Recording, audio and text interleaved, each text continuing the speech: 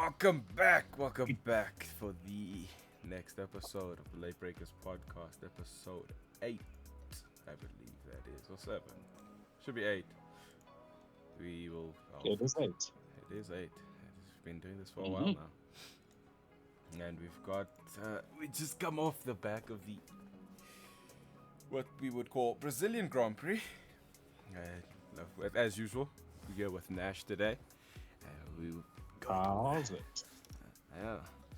How you doing, man? Relaxed. Not bad, not bad. Exciting weekend, actually. I think everybody's been saying, this weekend was my favorite weekend. The previous weekend was my favorite weekend. But this weekend genuinely has been the best weekend for racing. Like, great racing all round. I think it's been a sensational weekend. Brazil is probably the only track where I think it's produced highly competitive sprint races every time we've had them there. Although I do have some reservations about having sprints at Brazil. Yeah. For me, this sprint race really hurt me a little bit as being a Mercedes fan, but it really did still put a flaw to the whole sprint race, but at the same time prove why we should have the sprint race around.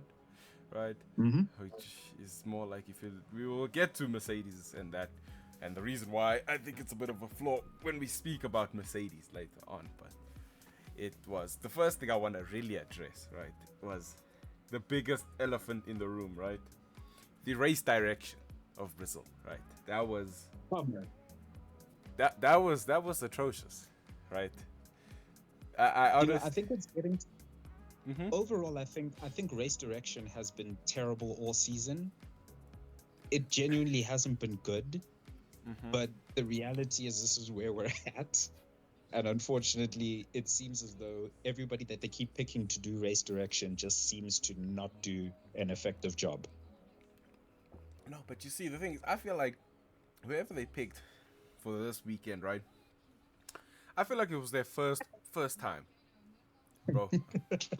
I feel it was the absolute first time because, I mean, we had that battle at the end of the freaking, I think it was the sprint race. Two cars were battling it out and they switched to Max Verstappen, who's solo, bro. Like, come on. Like, I get it. I know Max is one. It's lovely. But amidst a battle happening on screen and an overtake is about to happen, you switch to go and look at Max. Nah. I honestly think that guy, they should have let him done the race direction for practice, right? Let him do that, and just let it be that. End of story, right? I mean, even like just the pop-ups, like the annotations that we saw, they were looking at the Ferrari pit crew and they said Toto Wolff. Like, that seemed like they were just not organized for anything that was going to happen at all, right? So it was just, I do agree, it was horrible the whole year, but Brazil just takes the cake in terms of that, right? And I mean, for one of what we would, at least you and I would consider a prestigious race. Yeah, man. What happened? They dropped the ball and fumbled this one incredibly bad, man. So I just don't know if Brazil is like this, what's Las Vegas gonna look like? So yeah, but also it was a sprint weekend this weekend, which produced some interesting results, right? And if we saw also qualifying, what I love about this year's Brazil is if you look at the qualifying results, right, you will see everyone was within 1 second of each other, of the fastest time, except for a few outliers. But yeah, right? Oh, wrong race. I'm looking at the wrong race, but everyone was within a second. Like, I don't know if you guys know, like, a lot of the times we complain about things like, oh, they aren't competitive enough in this. But if we look at just the sprint qualifying times, I mean, if we just go for Q1, right? Guan Yu Zhou had the slowest time at a 1:11.2, right? And the fastest time for Q1, believe it was George Russell with a 1:10.3. That's all just within a second of each other, bro. That was like, it was actually quite exciting to see that, the whole grid is within a second of each other, and sometimes some drivers were even like tenths between each other, hundredths between each other, and it was one on like just fine, absolute fine margins, and Don't we just love that in racing? we really. Fine margins are what make racing exciting. Mm, I have to agree. It really did just make the racing lovely. That much more competitive. Yeah. So let's go into the first bit of sprint shootout. Right, we had just the qualifying. Right, so in P20 we had Logan Sargent, P19 Alex Albon, P18 Guan Yu Zhou, P17 Lance Stroll, P16 Esteban Ocon, P15 Fernando Alonso, P14 Valtteri Bottas, P13 Pierre Gasly, P12 Nico Hulkenberg, P11 Kevin Magnussen, P10 Oscar Piastri, P9 Carlos Sainz, P8 Danny Rick, P7 Charles, P6 Yuki Tsunoda, P5 Lewis Hamilton, P4 George Russell, P3 Sergio Perez, P2 Max Verstappen, and P1 Lando Norris. Right. So I think it was a very nice and competitive session there for that sprint. Although I do agree. the sprint was very fun. I'm talking about the actual qualifying. The qualifying was beautiful to see, and especially with the rain coming in to impact shenanigans. Oh, but that's the wrong session. But Brazil's weather, regardless, was unpredictable. Yeah, I think the sprint was interesting because the track was significantly hotter, and it was the times weren't as quick as we thought they would be. I don't know about you, but from my perspective, I thought they were going to be quicker, but maybe because the track was hotter and we saw a difference in the performance of the Aston Martins, which we will get onto later. But, the Astons didn't particularly have a good sprint quali. Because you look where Stroll and Alonso finished, they finished outside the top 10 in terms of their quali pace, which means that they didn't make it to Q3. So when you compare it to how they did in the actual quali session for the race, there's an interesting distinction from that. Definitely, man. And the sprint did produce quite a showing, though. Like, we cannot lie. It was a very good use case for why we should keep the sprints around. Right, we saw how competitive 100%. it got, and I mean, Lando Norris pole position, bro, for himself, like a straight up pole, shorts for a sprint race, a baby race, but a pole. This is just showing the man's brilliance. Aston Martin, though, I was really surprised, though, like from their dip this whole year to then just their little bit of resurgence now with this race. Quite impressive. I am quite impressed with how things went there. Right, let's go from the bottom. Right, in the sprint order. Right, no retirements. Right, that's one good thing. No retirements. Although Logan Sargent did end up 60 seconds behind first place. But Which is a lot. It is. I mean, that's a whole minute behind. That is... And that's a lot. In Formula One, that's like a year. And not just that, in 24 laps, bro. In 24 laps, man. Like, literally, you give it 30 more seconds. Well, not even. You give it about 15 more seconds and Max Verstappen is lapping you. Exactly. And in 24 laps. That's outrageous. And mind you, he didn't pit at all, right? Nobody pitted once. No one pitted, no one nothing, but it just proves that it doesn't seem like Logan Sargent is getting a grips with the F1 car. For some drivers are capable. I mean, some drivers are capable of driving a lot of cars fast, and maybe he's just not able to get the grips of an F1 car. Yeah, maybe he should look at other sports. You know, like IndyCar exists, man. Yeah, there's so many different. I mean, IndyCar. He's an American bloke. He could go and do well in IndyCar with the pedigree of saying I raced in F1. Granted, I mean, he hasn't had a particularly successful career in F1, but he can go and race in other racing categories and most likely be competitive in those. 100%. And I'll at least give him the benefit of the doubt for that. But to be one of the best drivers, one of the best 20 drivers in the world, I don't think he's up to it.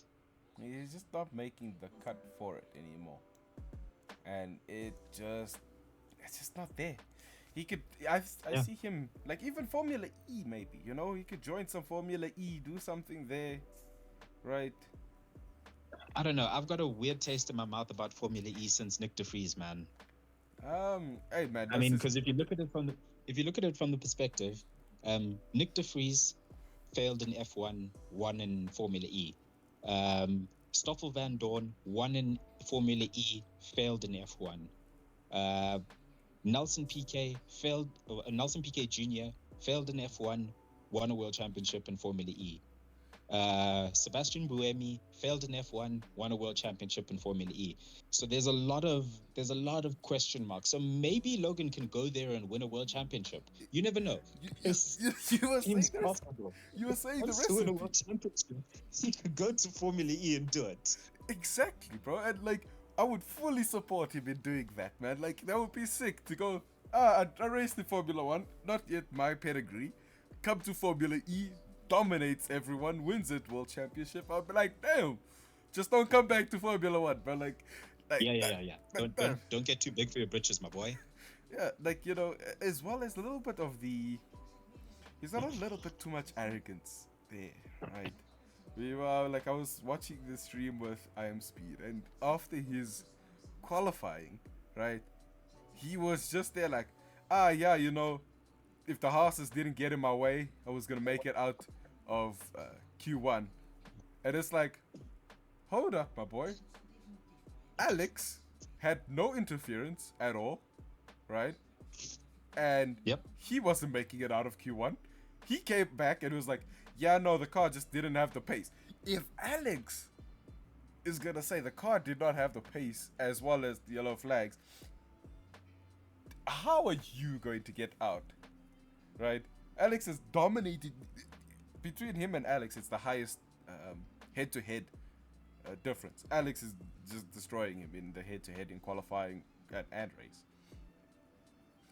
So, yeah, I don't know. That it just doesn't sit right with me. And Williams have their reasons for keeping him, but we'll see how long that's going to last for. I don't know. Don't think it's gonna last for too long, in my opinion. But yeah. But also, we can't give him so much flack when, if we look at P19, Valtteri Bottas is also 60 seconds behind Max, right? Oh, in 24 laps. Right? He's not. Logan's not the only culprit here, right? We've got a few drivers here. I mean, it's Valtteri, Nico, and Almost Show, 60 seconds behind Max. Which, well, I mean, if you look at from P15 down, it's 56 seconds through to 60 seconds. There's a 4-second gap between them. It's bad. In 24 laps, that's a really big gap. And to be gapped by all the also other competitors, right? Who are on, I would have say very loosely, similar terms with their car as you would be, right? Yep. For there to be like a 4-second or almost a freaking 10-second gap between Alex and Kevin, right? It's astounding, right? But You're not wrong at all. it's like, yeah, guys. Car development needs to. I hope for the teams that they can improve their car development rate, man, because I don't like seeing these teams being this far back, right? I want them to compete with each other. If sure enough, it's not, they're not competing for points anymore. Maybe there should be a No, little they're bit. not. I don't know. I think it was you who said maybe they should extend the points to further down, up to like maybe Nope, P15. I don't know who it was that said it, and I I was can't like, take responsibility for that claim because it wasn't me. I don't know who it was, but someone said bring the points down to maybe like P15 in this, and I'm like, No, yes and no, no, right? It makes it more no. competitive for the bottom guys, but at the same time, you gotta earn your spot in the top 10, man. IM Speed says it all the time. Be better. Mm. He says it all the time. Be better. Build a faster car. Be a better driver. I mean, that is true. Just end up going faster. Although I don't know how far these teams are going to get. We still have the 2026 regulations to hit, right? And I still think there's gonna be another repeat of 2020. It was 2022. I still think it's gonna happen, and that's just what it is. But back to the sprint, right? P18 Nico Hulkenberg is another 60 seconds behind first place, man. Albeit a little bit closer, but it's like, damn, bro. This car is not looking good in the slightest. We've said it multiple times. Haas, they have to find something, man. Whether it is change some formula, get a new factory, move closer. I don't know. Something has to be done. Yeah, I can agree with that. I think cars are struggling with car development, and they have struggled for a long time.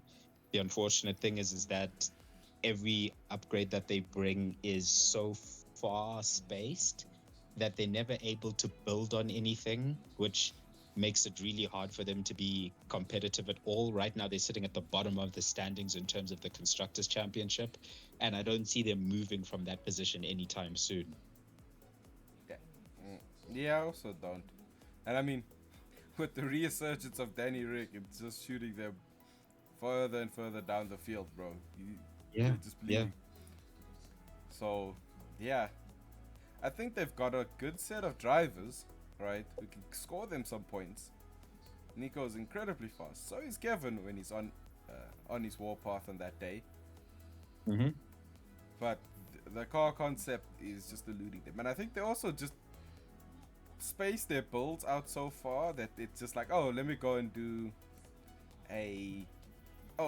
it's already like the ATR period starts for when they can start working on next year's car, and then they probably put a lot of their wind tunnel and all that time for now and this year into next year's car, and then just keep hoping on that. Who knows, maybe that might be their strategy, which is why like at Bahrain the car is freaking quick, and then the rest of the season it just goes down. It's just like I'm gonna go off a cliff. The unfortunate thing is that it's gone off the cliff like every season. Hey, maybe that's just their trend, how they want to build their cars, fall off a cliff after we start off so good. Let's look pretty and then be terrible, or Yeah. let's give people hope and then be terrible. See, We'll they must pitch do. it. They must operate on the McLaren side of things. Start the season and give us no hope. Just no hope. Just our brakes suck. Something sucks. Everything sucks. Everything's terrible. And then the season starts and you're like, oh, okay, wait, it's not that bad. It's not that bad, guys. It's actually not that bad. Yeah. It's just like, oh, something's happening. Something's happening. No, Did it happen? honestly, that's what it feels like being a McLaren fan, bruh. So many times you're just like, oh wow, oh okay, yeah, the car's trash. Yeah, we're living in this pain again this season, and then now Lando is putting it on pole. Lando's trying to fight for wins. You know, But it's looking good. you know what it reminds me of? It's like that Deadpool. It's like in the Deadpool movie where he's like, "Oh, well, hold up! He's gonna do a superhero landing. He's gonna do a superhero landing. Wait. Mhm. But like that was multiple seasons back to back, and then it's like one moment Danny wins a race, and it's like, "Look, you did a superhero landing," and then it's just like back to normal, just like he's gonna do a superhero landing, but it just like hardly ever happens until now, Yeah. where it's starting to appear. So I think Haas need to, yeah, I agree. Haas should adopt that philosophy then. Yeah. Just build the car to be good, but like leave the flaws. Leave the flaws just so that we all think, yeah, okay, they're just crap as usual. And then maybe they cannot be crap. But I don't know. I don't know if they could pull it off. Because it seems as though McLaren have really gotten their rows in a duck. Well, ducks in a row. Yeah, Rose in a duck, yes? No, we're going with Yes. that's Rose in a duck. No, yes. Because that's how I say it when I'm generally talking to people. So, you know, sometimes it just comes out like that in casual conversation.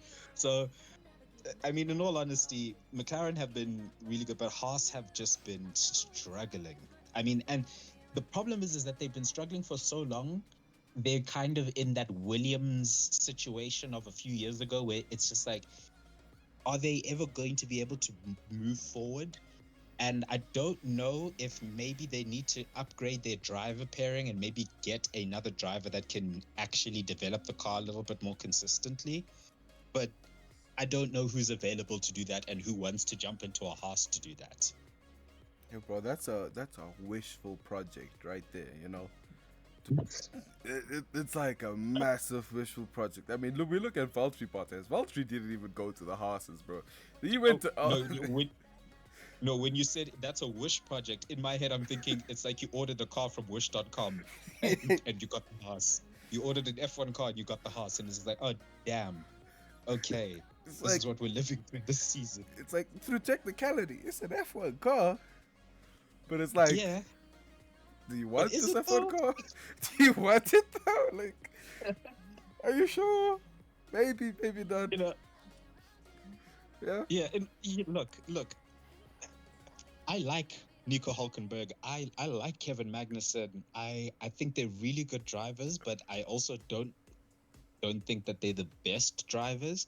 But then when you look at it, like the only other people that you could think to replace them with are genuinely a bunch of rookies. And putting a bunch of rookies in that car, we've seen what happens when that we've seen Haas when they do that. When they had Mick and Mazepin in the car, it just didn't work. That car kept spinning. That's what happened. Yeah. Well, I mean, in Mazepin's hands, yes. And Mick spun that car so many times as well. Don't forget that. But here's the thing: there's a difference between spinning it like maybe 4 times in the season versus with Mazepin. His name is Mazepin, but Mazepin. Every single every race weekend, you were just like, he's gonna spin the car. He's gonna spin the car, and guess what? He did. Pretty much every race of the season. He was busy trying to learn from Goatifi's prowess, right? He was trying to learn the ways of the goat. That's what I'm saying. Yeah, the thing is, he managed to do it at the first turn every single time, bro. Like, it became so much of a meme that people just made a whole freaking segment about, this is how many times did he spin in a season. Like, I mean, that's crazy. But it is. Again, it's where Haas are at. And speaking of where Haas are at, Guan Yu Zhou in P17 honestly it's one of those things where you look at it and you go, yeah, okay, you beat your teammate, but Guan Yu Zhou has struggled. Mm-hmm. He struggled so much now. And it's getting to the point where I'm like, I know the car isn't good, but I'm also not impressed by his drive.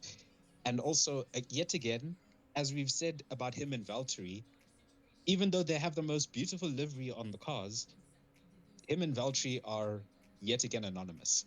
Yeah. I think that also comes down to race direction, right? Because the thing is, we're not getting airtime of them, right? They're not being put onto the airtime unless they retired, right? Sometimes you don't Yeah. even see that they went into the pits to retire the car. And the other thing is that both of them are so far off of overtaking someone or getting into a battle with someone that there is no point for the race direction or race directors to, or could I call it race director? TV direction to put TV director. Let's say that, right? The TV director to put the cameras on them and put them even into the spotlight, right? Alex, there's a reason why they put it on Alex because they know, oh, Alex sometimes does make some overtakes, right? They put it on Logan because, oh, Logan's gonna spin that car and put it in the wall, right? That's why they put it on. Naturally. Yeah, naturally. The silent assassins, they're just there, you know. They don't exist. They be quiet and they drive, but also it's never really impressive in a sense. It's always the, oh yeah, Valtteri and Valtteri was in this race. Yeah. Oh, Zhou was also in the, yeah. They drove. They ended this. So like, let me ask you this: which car would you prefer to be in, the Haas or the Alpha, right now? I'd rather be in the Alpha. You'd rather be in the Alpha over the Haas's? I'd rather be in the Alpha. Any specific reasons? No lie. Everything Mick has said about that team just makes me feel like you'd be living in a horror movie if you were driving in that car. You'd just be driving around the racetrack, thinking to yourself, "Yo, are my deltas good? Is everything good? Are like tires good? What's going on?" Because according to Mick, there's no comms. So I don't know about you, but I don't know if I'd be able to cope with that because yes, cool. You want to be able to just get into the car, drive, do your thing. But if you're not getting any feedback whatsoever, that's got to be uncomfortable. Especially if you know that other drivers do get feedback and do communicate with their engineer regularly. You know who's someone who probably do well in Haas? I think Kimi could do well at Haas because he's just Kimi like Räikkönen. just like leave me alone. That's what all he wants. Leave me alone. Let me drive. I know what I'm doing. If he comes back, there's the team for Kimi. He can build up Haas to just rob them of all their money like they did to Lotus. Well, I mean, literally, he could just do it again because technically Haas is the team that was Lotus, isn't it? I am not sure at all. I think they were. Yes. Yeah. I'm pretty sure that they were Lotus. So, yeah. I mean, hey, if they want to risk it all again and lose all their money, because we all know if you tell Kimi, yo, we've got an open checkbook, you just need to get points. We'll give you X amount of money per point you score. Kimi will bankrupt you, dog. He'll do it. He's gonna come for that money, dude. Absolutely. Yeah. Kimi is about that stack, bro. Yeah, 100%. Right. P16, Kevin Magnussen. Right. Still, I think every point that we said about Nico and the Haas and cars, they're just waddling around the track at this point, right? Yeah. They just, I would say, maybe moving roadblocks because, yeah. I mean, look, in all honesty, everything we've said about Nico applies to Magnussen and Haas as a whole, and yeah, there's not really much to say other than the fact that it's really difficult to see them not have a competitive car, because we do know that Kevin Magnussen can be quick, and we do know that Nico can be quick. Yeah. But unfortunately, the car is just not underneath them. And it hurts because there's not much we can talk about them, because it's just like, what are you gonna do in a shit box, you know? Like, there's only so much you can do. Or as Alonso would say, in a GP2 car, what are you supposed to do? Yeah, there is nothing that you can really do. I mean, you just bring it home, hope that Ocon's not near you, and just bring it home. Like that's all it is. Indeed. You have to cross all your fingers and toes and hope that Ocon's not near you. You just don't do that in the car, though, because how you gonna turn if you cross your fingers in the car? Like, hey, yeah. I mean, hey, if Ocon is near you, my suggestion is, even though it might be terrible, just cross your fingers, because there's a high likelihood you're going to have a clattering. Hey, bruh. It's scary. It really I is mean, scary. genuinely, we'll get on to him, but first let's talk about Alex Albon, our resident favorite, because he's just such a great guy. He's such a great guy and such a good driver, and you just want to see him do well. And being in P15 in a sprint isn't exactly what you want to see from Alex. Mm, But when you consider the fact that his teammate is Five what, places down. almost 20 seconds behind him, over 18 seconds behind him, 4 seconds. that's all. He was. Sorry, say He was. again? Oh no, sorry. I was looking at the wrong time. I thought it was 4 seconds. Yeah, no, you're right. No, no.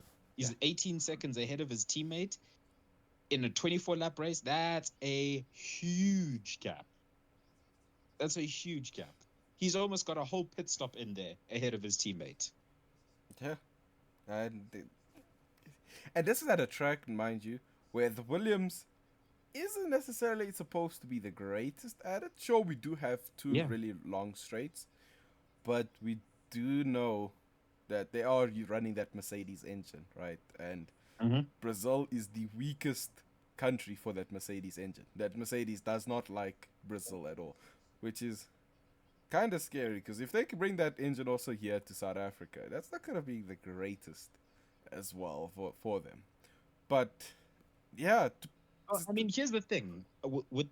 We'll get onto this, but Mercedes did win a race there last season. So we also have to, and Lewis has had tons of success there as well. So it's one of those things where it's like, yeah, maybe the Mercedes engine isn't the best on the circuit, but I think it has a lot to do with setup as well, which is what the sprint weekends does. mm, It kind of throws a spanner in the works of your prep and your ability to set up the car, because you only have the one practice on Friday, and then you've got quali that evening. So it becomes a little difficult to get your car set up the way you want it. yeah, 100%. And I mean, that's why we like the sprint races because that's spanner in the works. Mm-hmm. But like, this is where I feel at the same time certain tracks, I don't like the idea of having a sprint at it, right? Especially for me, Brazil, as great as the racing's been here at Brazil, I feel Mm-hmm. like I want to see the teams perform at the best. It's just such a great track overall, especially for like driving it. Like when you play it in the game, I freaking love driving Brazil. And for me to see the drivers not have their preferred setup for it, Yes. it does. It's a bit of an annoyance there, but it Yeah. brings competitive racing, so I can't argue 100% against it like that. Thibaut, I have never agreed with the point you have made so vehemently, because I 100% agree with that. I love Brazil. It's one of my favorite racetracks. Hmm. It's one of the most historic racetracks. It used to be the last race of the season. It's a special race. It's a special track. So many world champions have been crowned there. I I would love to see them be able to have a good setup to go into the weekend to be able to be competitive. But I also really love the sprint weekend there, because it's the best sprint weekend. Mm. It's the best one. It's where the sprints work. They work so well at this track. But also, I just wish that they were able to set up the car, specifically Mercedes, because I would love to have for them to have been able to set up the car the way they would have wanted to. No, and this comes back to our point that we made in the last episode, right? About the new sprint format that they should do, right? Where it's just Reverse grids, reverse grids, but reverse top 10. reverse grids, all of the shenanigans, right? Yeah. One qualifying session, right? And then you just mix it all up. And Friday, just do two practice sessions. Let them have like at least 2 hours to Yes. set the car up.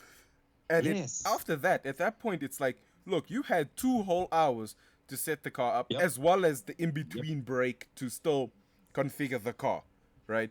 Mm-hmm. So you have ample time to get a configuration going for yourselves. That's it. Your cutoff time is done. Now going to qualifying. And let's Yep, see. I don't disagree with that at all.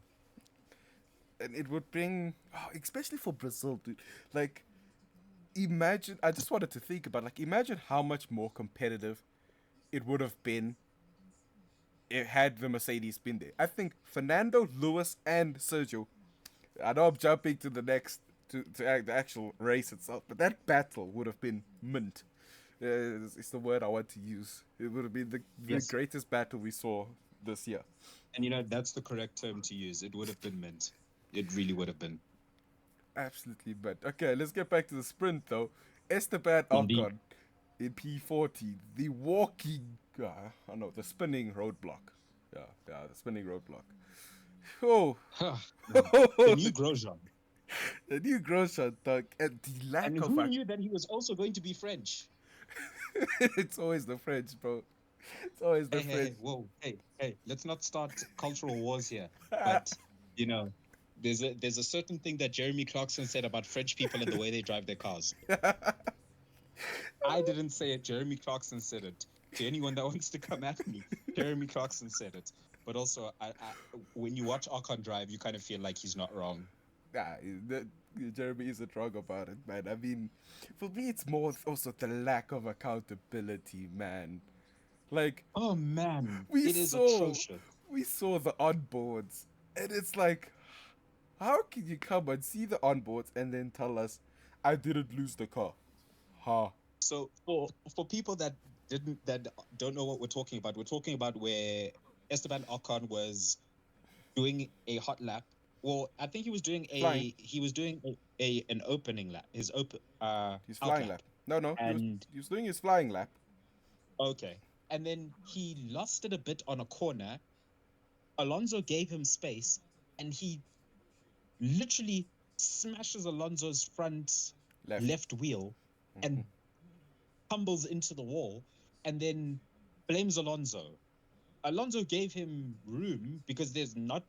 I mean, yes, he turned in a little bit, but the road was also turning. The track was turning the same way he was turning, and it's not like he turned too much or too aggressively. It's just Ocon lost the car, hit Alonso, and then blamed the other guy for his own mistake. Right, so like to give you guys more perspective, this is into the Senna S's, right? So this is turn 1, 2, and 3. So Ocon lost it on the exit of turn 2, right, into turn 3, where Fernando was on the outside. He's not even on the line, right? Had Ocon had a minor correction, right, he would have been fine. Alonso left him enough space for him to stay on the racing line and go through. Indeed.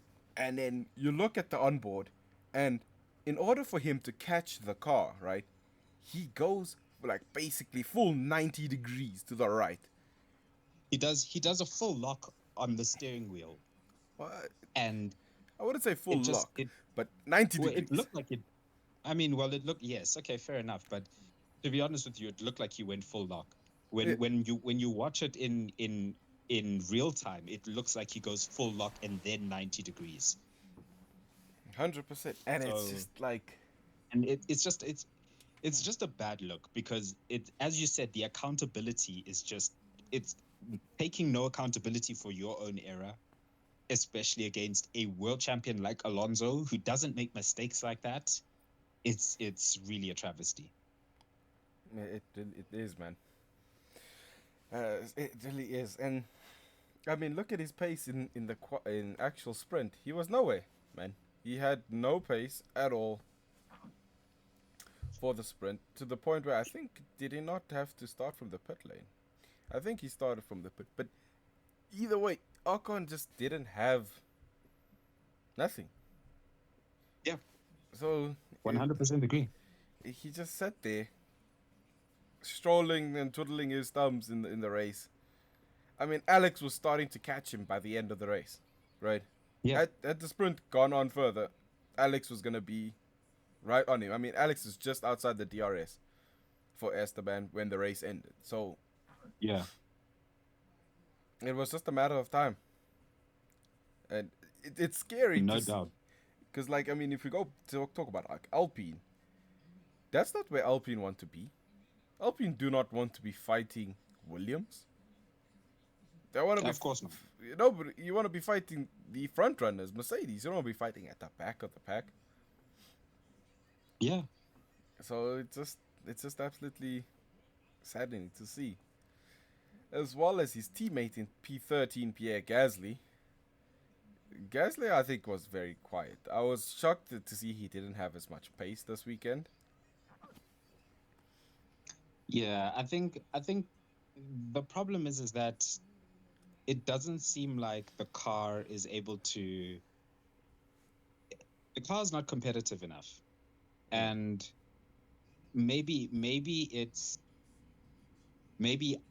I'm being too overly critical on Williams. I mean, on my apologies, on Alpine, but they. It seems like their development has gone rather poorly. It's not gone backwards, but it hasn't moved forward either. But yet again, it's down to the fact that they really didn't allow management, it was specifically Abnar Safnauer, time to develop the car because they gave him an objective. He his hires hired, but they hadn't arrived yet because they were still on the cool-off period. So you didn't give him enough time to do something or be able to build or develop the car, which is really unfortunate because I think, yes, he may not be the best team manager, but out of everybody that's available, how many people are better than him? Not that many. I mean, they're all taken right now, right? Exactly. That's exactly it. They all have their seat. I mean, and to kick someone before their hires have even come in to implement their turnaround strategy is really questionable, in my opinion. Really, really questionable. Yeah. Management, we'll have to see what they've come up with for next year, because I believe within silly season, they will do another restructure in terms of what's going on, get an actual well, in all team honesty, if going. they don't, in all honesty, if they don't, I think it's going to be a big mistake because they, like we said in previous podcasts, they've got a guy who built Peugeot race cars, and to this day, I've still not heard of a Peugeot race car. I've seen one of them, but I've never seen it race. I've seen a concept for two, never seen them race, and yeah, it's just one of those things where you sit there and you go, is this really the guy you want to manage this and take the team forward? Yeah. You sit there and question yourself. Yeah. P12, Lance Stroll. Mm-hmm. This is what I was a little bit expecting, right? I was expecting Aston to be this far back. And we'll talk about the actual race later, but damn. I was after Friday, I was really shocked, right? And when I saw the actual sprint on Saturday, I was like, okay, cool. This is actually where his whole pace is gonna be, and they're gonna just sit back. Yeah, there's not gonna be much that they're gonna do, and that's where Aston Martin is, and this is the story of Aston Martin until next year. Mm-hmm. And so, for Lance, I was just more riding the roller coaster with him of that P3 on Friday, but I think I had a little bit more of an expectation for him to climb higher up than just a P12 finish for himself. Right. Although I don't think you're alone there. I think a lot of us watched Lance drive on Friday, and we all sat there and said, "Oh, okay. So is this the Lance Stroll that everybody's been talking about?" Yeah. Well, look, to his credit, I mean, he started P17 and he makes his way up to P12, which is a good climb, really good climb for himself, right? Yeah. It's just like, damn, well done. You made it quite far there, and you maximized what you could for the sprint race right there. I agree with that.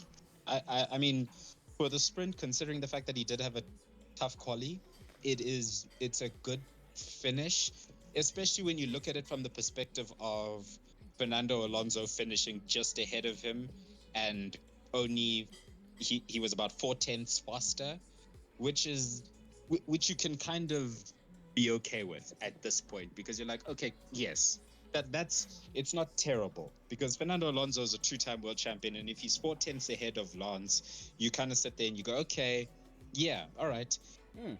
all right, cool. Keep that gap and try to close it. That's what I would like from you to do.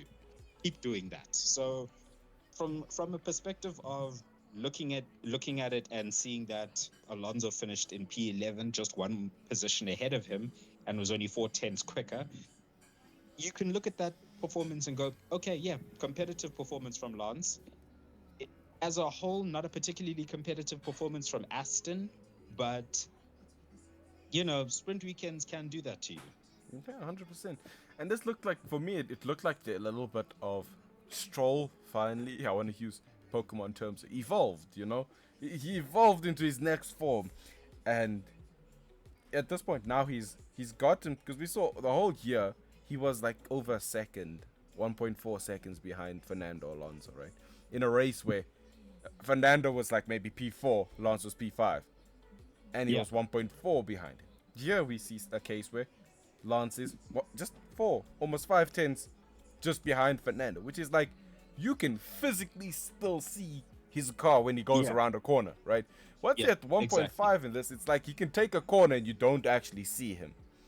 And Mm-hmm. so to be this close with him within the DRS range, it's like, what beautiful, good job. You're starting Yeah. to evolve and get there, and start to actually climb a little bit, right? Now he just needs to keep this momentum going, and then it will look so much better for Aston Martin. You know, they will start gaining points again. Look, if Lance can actually be consistent at this pace, being 4 tenths behind Alonso, that is a big victory for him, and that's a big victory for the team. Because if Alonso's finishing on the podium or finishing close to the podium and Lance is only 4 tenths behind him, at least he's finishing in the points, and that helps your team. So yes, I hope that he is able to carry this form into Las Vegas and then into Abu Dhabi, and then continue it forward for next season. Yeah. Into P11, Fernando Alonso. He did also another good recovery drive for Fernando. I was hoping a little bit more from him. I mean, he was almost caught up to Oscar Piastri there. He's in a position, I think it was about a second off of 1.2 off of Piastri.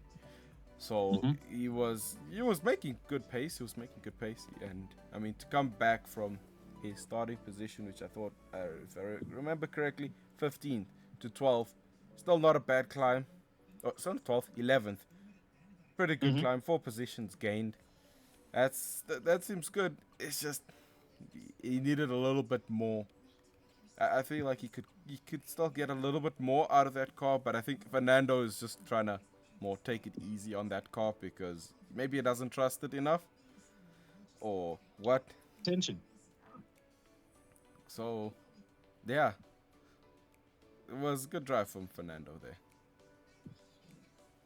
But again, as expected from Fernando, you kind of expected Fernando to be that guy on the racetrack. Yeah, the outstanding driver of the team. Yes, indeed. Right, P10, Oscar Piastri. Hey, that's my honest reaction of Piastri this weekend. Ish. Okay, let me as a McLaren fan just get this out of the way. That was it's a terrible weekend. I have devil advocate for this kid a lot of times when he's had bad weekends, but this weekend was a right honorable mess. And yeah, he really struggled this weekend.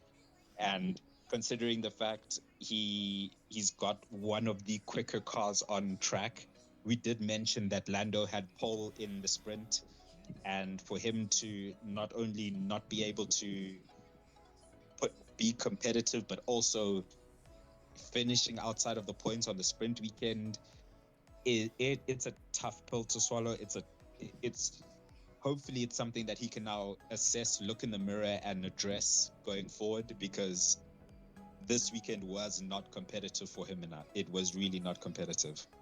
Okay, it really was. And I think the pace just left him. Yep. It wasn't there.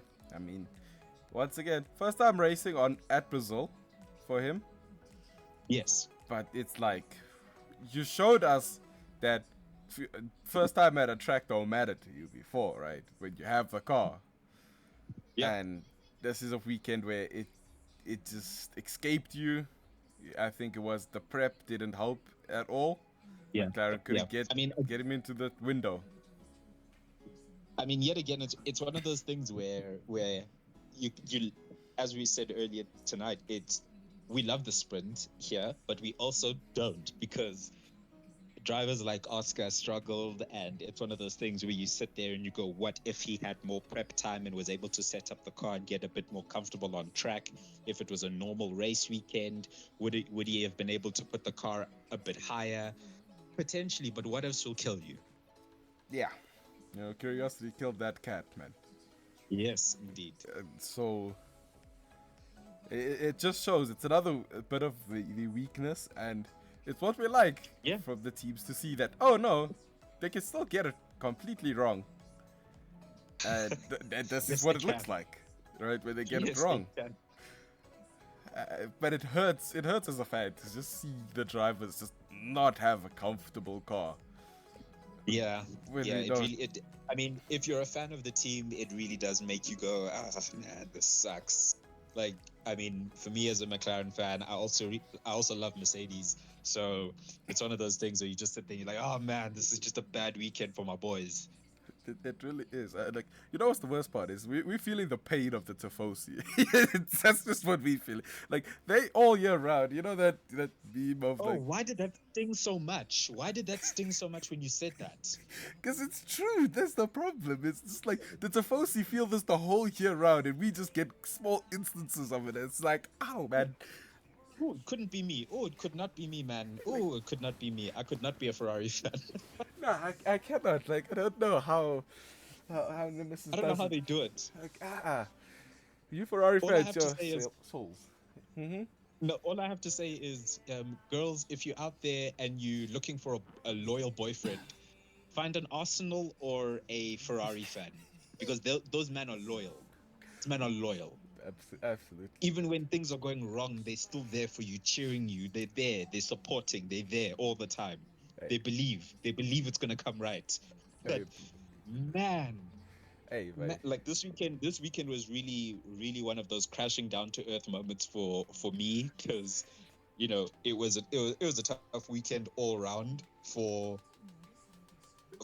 drivers that I like, but there are one or two drivers that I am a big fan of that had really good weekends, who we will get onto. Yeah.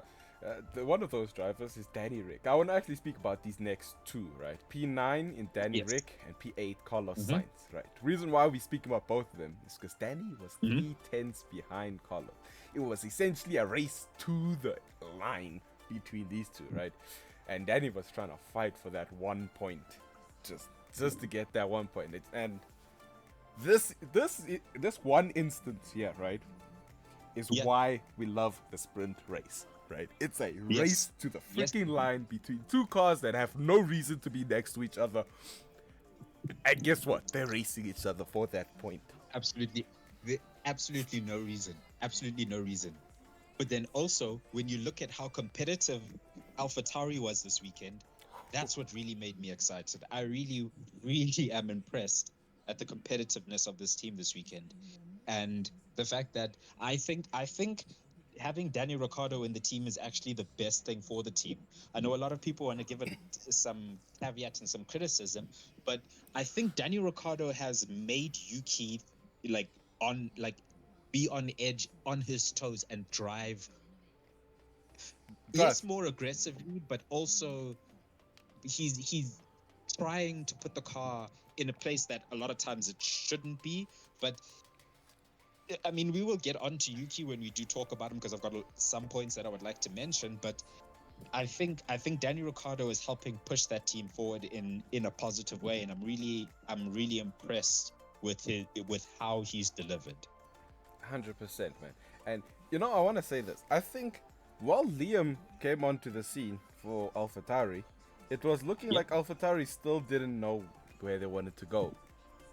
Yeah. But the moment Danny returned, did you notice how the performance out of this car magically also appeared? Out of nowhere, man. Out of Genuinely thin out air. of nowhere. Right? Mexico, boom, Danny into P4. I was like, huh? What? Wait, what? Like, what? Is that Daniel Ricciardo into P4 at Mexico? Yes, it is. Yes, it is. And I was like, wait, in an AlphaTauri? Where did that performance come from? And I feel like it just, when Danny was just like, I'm back. Boom, performance appeared in this car. He literally did the Terminator voice. I'm back. Like, and all of us said, yes, you are. Yes, you are, Danny. Yes, you are. Exactly. And I have to also agree with your point there, right? I think Yuki was, I want to say, for lack of a better term, just riding on his coattails, right, for the whole year, right? Yeah. He had a very strong start with those consecutive finishes, right? P11s constantly there, right? Yep. Went into just on the precipice of points. Went into his dip, right? And because he was versing debris, he was just there like, there's not really a point. I could just ride the thing that the car is bad. Yeah. And no one, and there's no comps. You're not looking there and you're going, but your teammate is like 7/10 quicker than you. It's like, nah, your teammate is 7/10 slower than you. So it's like, yeah, actually the car is bad. Yeah. But then you put Danny in the car and then all of a sudden it's like, actually, I don't think the car is actually that bad. I think maybe the setup hasn't been great, but I don't think the car's actually as bad as we think it is. Yeah, I just want to go back just a little bit before we get to when Danny's coming back, right? Nick de Vries came onto the scene. Well, we had Nick de Vries, and because all the attention was on Nick, right? Yuki could kind of just like, sit back with his legs up and just be like, yeah, man, the car's trash. All of this, it's uncomfortable to drive. What, right? Still be ahead of Nick by like seconds. Then Danny came in, and Yuki was like, okay, I don't know. Danny broke his hand, and Yuki was like, "Aye, cool. I don't have to stress right now." Then Liam was like, boom, points over Yuki, and it was like, wait. Shoot, okay. Which then brought Helmut Marko's attention back to Yuki, and Yuki was now like, oh, fuck. Okay. Like, oh, crap. And then it's just like, okay, I need to figure out this car again quickly before I get screwed over. And then Danny appears, and Yuki's like, I got it. I got this. I got the car again. Drives the car like he was driving at the start of the year again. And no. Danny's the driving force. I've got a better statement to say. Danny been driving it like he stole it, bruh. Oh, yeah, 100%, bro. He been driving it like he stole it, bruh. In the sprint race when he was chasing down Carlos, you're sitting there, it's like, yo, this man is driving it like he stole this car, dog. He's driving this thing like he snuck into the garage and like put on someone else's helmet and balaclava and snuck into the car and said, okay, we're going to do this and we're going to do great. Bro, like, the Honey Badger is back, bro, and he brought a force to be reckoned with, right? And I think, like, even if in the sprint, right, we saw how Carlos started employing his tactics against Danny, right? And we know Carlos is a genius with these things, and we saw those moves Carlos was pulling, and I was just sitting here like, damn, bro, Carlos is actually out here having to rethink strategies to fight Danny just to keep that 1 point there. And it was a beautiful job from Carlos, one, as well as a frippin' great try from Danny to come and chase Carlos down like that, dude. It was just quite an impeccable try. Yeah. One of my favorite parts of the whole sprint. And who knew that just us seeing that would have been a precursor to the actual race that is to come the next day after, right? Yep. And into P7, right? Or do you want to still talk about Carlos? Because Carlos was a phenomenal drive there. I think Carlos, in all honesty, to me, Carlos had a relatively quiet sprint. It wasn't super competitive. It's Yeah. not like Ferrari could screw him over with strategy because it's just him driving the car. So, but still seemed a little underwhelming to a certain degree. I would have expected him to be able to be a little bit more competitive, Mm-hmm. especially when you look at where Charles finished, and then you look at it from the perspective of when for the second half of this season, Carlos has had Charles' number, and it seems like Charles is starting to bring it back. And if you're Carlos and if you're a fan of the smooth operator, you're not particularly happy, but you're not mad about it because Charles is a great driver, and we all like Charles. But you know, I'm a big fan of the smooth operator. Yeah, no, but we all know Charles is the most unluckiest grid driver here. But Carlos, I think he was catching Lewis though. Let's don't forget that he was catching Lewis, and it was getting closer and closer to him catching Lewis, even with Danny attacking him and sitting in his True, DRS. So but for all of that, we can also say that Danny Ricciardo was way closer to him than he was to Lewis. he kind of yes, yeah, by like a tenth or so. Well, because it's like what, it's three, five tenths basically, 5 or 6 tenths to Lewis Hamilton for Carlos by the Yeah, time the and race two ended. tenth Danny Ricciardo. Yeah, so it's like there, but Yeah, we'll see, man. Carlos, I think he did a good try for Ferrari to just maximize whatever they could grab on the table. yeah.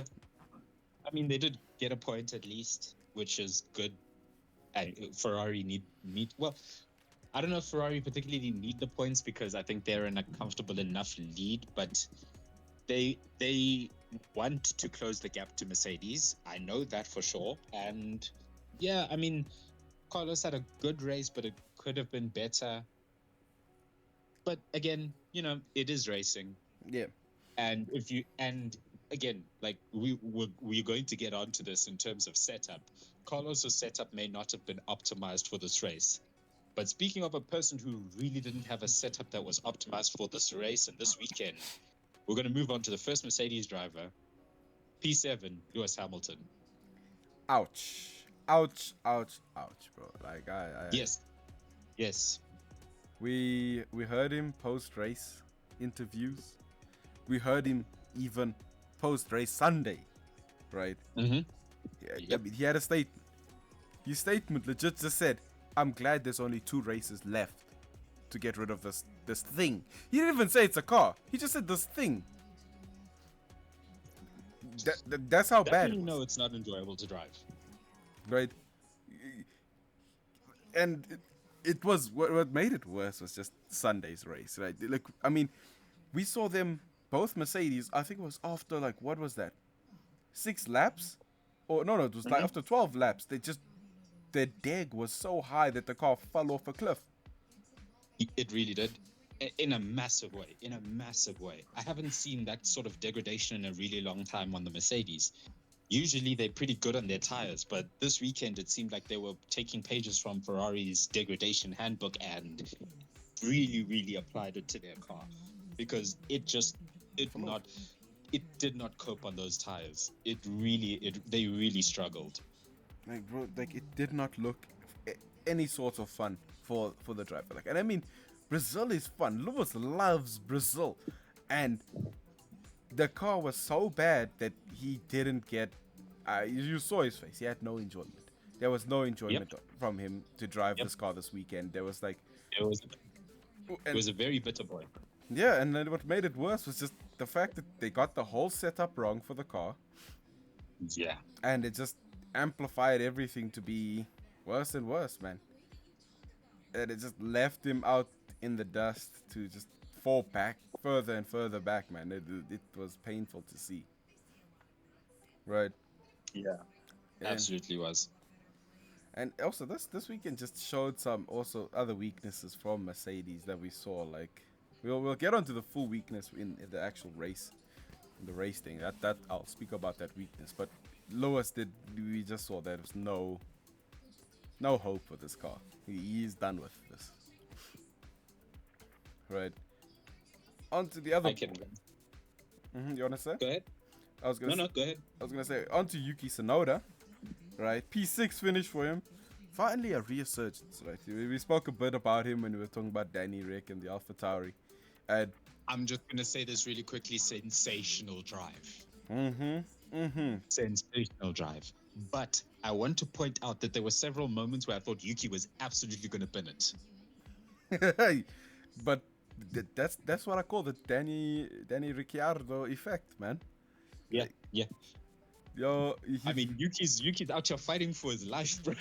he really is. It's just like I gotta Really perform, or else I'm getting replaced, bro. Like, yeah. Because there was an incident where he was being interviewed and they were asking him about Danny Ricciardo and Liam Lawson, and both of them were doing better than him. And it was one of those moments where it's like, oh crap, I have to stop talking before Helmut Marko hears this. Yeah, it's just like, oh no, the freaking Sith Lord is gonna hear about my actions and my deeds. It's like, oh no, please, masters, leave me alone. I don't want to. Don't put me in the spotlight, please. I don't want this to happen.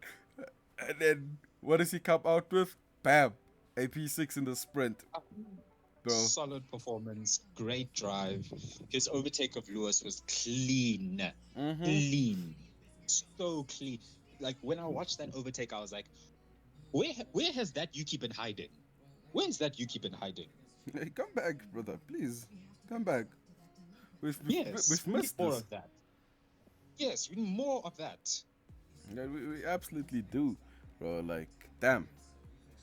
Then let's go to King Unlucky himself, Charles Leclerc. Yeah. It was pretty good for the sprint. Charles was really good. He was starting to catch up to George Russell once George's tires fell off a cliff, but ultimately just couldn't end up closing the gap George was able to pull on him by the end of the race, which was not bad. Charles did a good job to get some solid points, especially after getting shunted last race. Just come back, get some good points for Ferrari, and show that, they don't have the worst egg out of anyone on this track today. So. And he really didn't, because that honor belonged to Mercedes. Oh, absolutely. Mercedes got the highest egg crown award. Ferrari was like, yeah, hold my crown for a race, bro. Yes. Yeah. Ferrari definitely did hand that crown over to Mercedes. But I want to give Charles a lot of credit because he had a very good race, very competitive. He kept his nose clean considering, and yeah, brought it home in a solid P5. It was good drive from him. Yeah. Let's round out and do a quick fire shot through the top 4 here. George Russell, P4. Yeah. Same problems. Mercedes got the setup incredibly wrong. Big deck, bad setup. Just overall rough weekend for Mercedes. Yeah, but I mean, yes, I know a lot of people will look at a P4 and be like, oh yeah, that's a good result. But if you look at the actual time difference between him and the top 3, that's a lot of time. There's 12 seconds between him and Checo in 24 laps. That is massive. Absolutely mega, bro. And I mean, you go back and look at the overtake that Sergio did on him, bro. It made Sergio look like he was just gone. It was just done. The overtake was completed before they even got to the actual corner, which usually that doesn't happen, especially at Brazil. But that overtake was completed on the straight. That's a lot. Yeah, bro. There was a lot of pace in the Red Bulls. We also know that the Red Bulls are quick, but I mean the Mercedes have been steadily getting quicker and more balanced, and seems like they had been going in the right direction, and then this race happened and it was just awful, really awful for Mercedes. Absolutely, dude. But I do want to give George some credit because he was able to bring it home in P4. It was a good drive for him here, right? But for me, it was more shocking. It's like, Mercedes failed on both cars this weekend. Usually, like, they'll have one car that's doing bad, not both, Mm-hmm. right? Which was an incredible thing to see. Like, you don't ever see Mercedes fail on both cars. Okay, obviously, the car is overall bad, which is a fail on both cars. But, like, at any given race, of it, one driver will be doing a whole lot better than the other because of just better setup. They got a better setup. But this looked like both of them just got a trash setup for themselves. The car did not exist. And that's just end of the story. There's nothing that can happen more there. Yeah. Right? On to P3. Right? Oh, lovely. Oh, this is excellent, bro. This is what I've been waiting for, right? Sergio Perez into P3. Bro, I've been waiting for this, bro. Like, this man had his 5 race slump, came back for 1, had another 3 race slump, and now he's back. Bro, this guy needs to stop with this nonsense, bro. Show us you have the drive, my friend, bro. Like, look at this. Checo's been having a yo-yo season, but I'm very glad that he managed to put it together when he really needed to, because at this point he really needs to make sure that he can keep that gap between him and Lewis. Number one, Red Bull have never had a 1-2, and Checo's never finished second in the championship, so he needs this. He needs this personally, but also the team needs it. Yeah. So as it stands right now, Checo will stay P2, right? Because of Lewis's performance this weekend. It's settled. It's settled. Sergio has secured P2. That's my firm belief. Checo has secured. Unless he wins it in the next 2 races and doesn't score any points, and Lewis Hamilton is able to score P3s between. I think it's P3s because it's 50 points for 2 P3s. Oh, no, sorry, not 50. 30 points for 2. Yes, so it'll be 30 points for 2 P3s. So if Checo has to crash out or not be in the points at all for the next 2 races and Hamilton has to finish on the podium, and that's the only way that Checo loses this position. So Checo's got to make sure he keeps it really clean. Doesn't get for the remainder of the season. But from what I've seen this weekend, he looks like he's back. Yeah, it does look like he is absolutely back. And I hope he's here to stay, bro. Like, you're supposed to be the one person who's supposed to be able to compete with Max, but it is there, and he is back. And it really looked really good. Gets 6 points for himself in the sprint race. On to P2 though, the boy, Lando Norris. It was a valiant effort. I have to say, valiant effort from him to try keep Max behind him for turn 1. And but I mean, it's just Max Verstappen, bro. But I mean, 4 seconds. You know it was bad for Red Bull when GP had to tell Max that, look, we're losing 4 tenths to Lando after turn 12. That's the straights, right? Yeah. That's the straights. He is losing time to Lando in the straights. And it was just a thing of, Max, use the tires. GP legit told him, Max, use the tires, bro. Like, you need to stop doing this, because it got to a point where Lando was lapping 7 tenths faster than Max for like 4 laps consecutively. And that's when GP was like, okay, Max, just fucking use the tires, dude. Like, this guy is actually fast. And that was the first time in this past 2 years the way we actually saw Red Bull actually stress about, oh, someone actually has an opportunity to snub another race win off of us. Oh, damn. We gotta do something about this. And what better driver for it to be than Lando freaking Norris, bro? Like, Lando. I have nothing else. I'm just very much impressed with the boy. Happy with his second half of the season. This is like, after the start of it, to end the season like this. This is the only thing that can top it for Lando is a victory. That's all it is. Only thing that can top this right now. Yeah, I think a victory would be the creme de la creme for Lando. You can see it. It's all he wants right now. It's the only thing he wants. Is it just wants to win. That is. I think you said it, right? Lando just if he gets a win, it's actually very dangerous because if Lando gets a win, he just might retire. We don't want that. I don't want that. No. I need a multiple race winner, Lando Norris, not a one-time race winner retires like that. Nah, Lando. It's a good joke. I need a world champion, Lando. That's what I need. It definitely did. It would be freaking great to see. All right, then the man himself, Max Verstappen, into this P1, absolutely glorious, bro. Kept it smooth, but actually had to stress a little bit about Lando Norris's pace, right? Max was. They genuinely did. Yeah. And it was a bit of a scary one for him. He was just. Oh no, I would say scary.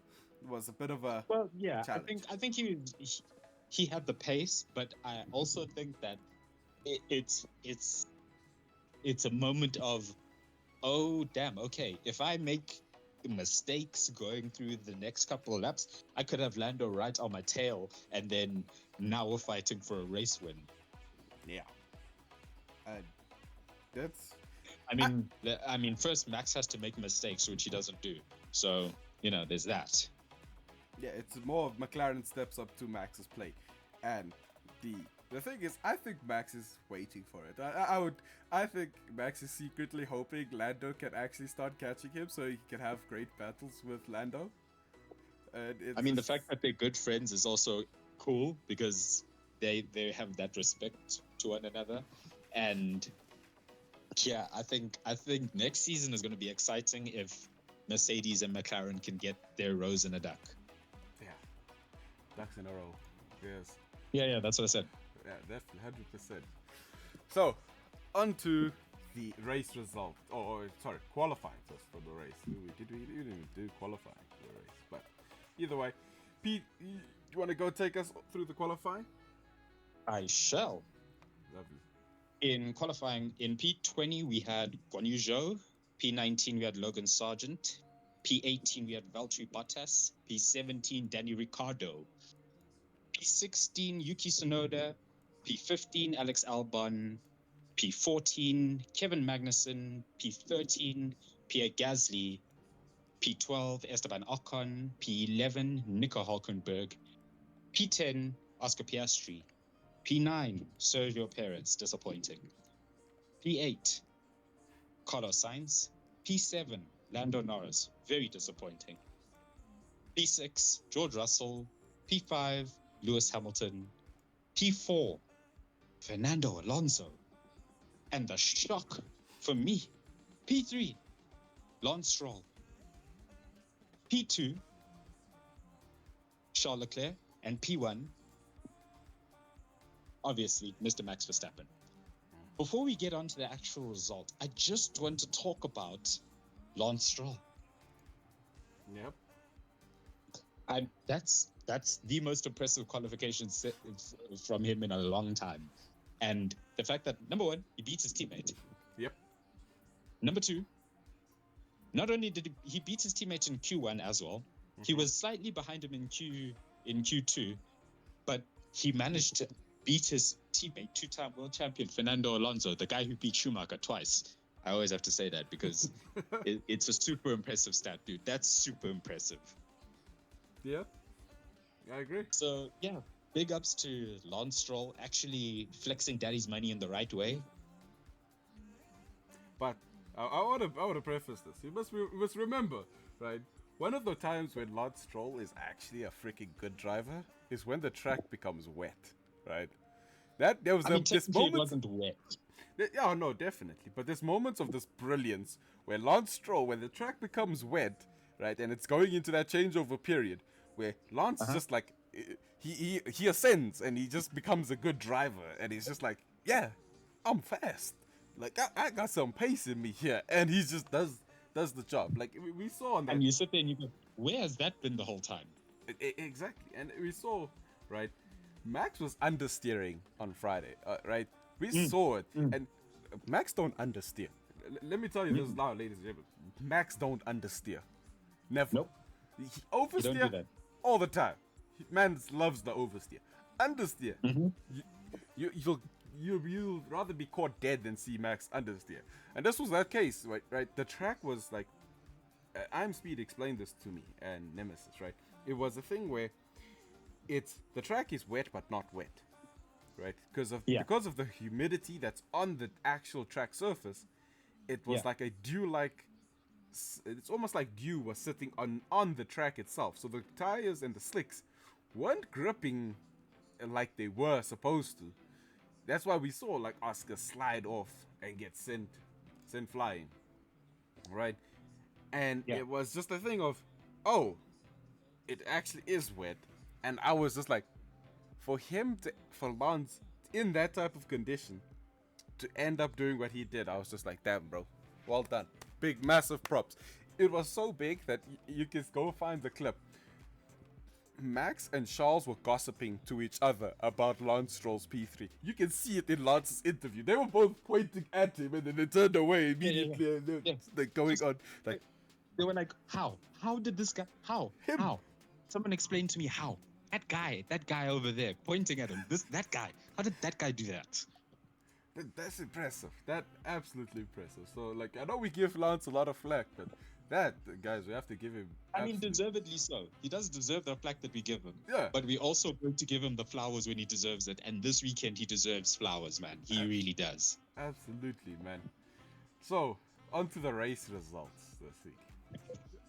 Yeah. Oh, I looked at it already and I just see the pain that Yes, is much pain. exists.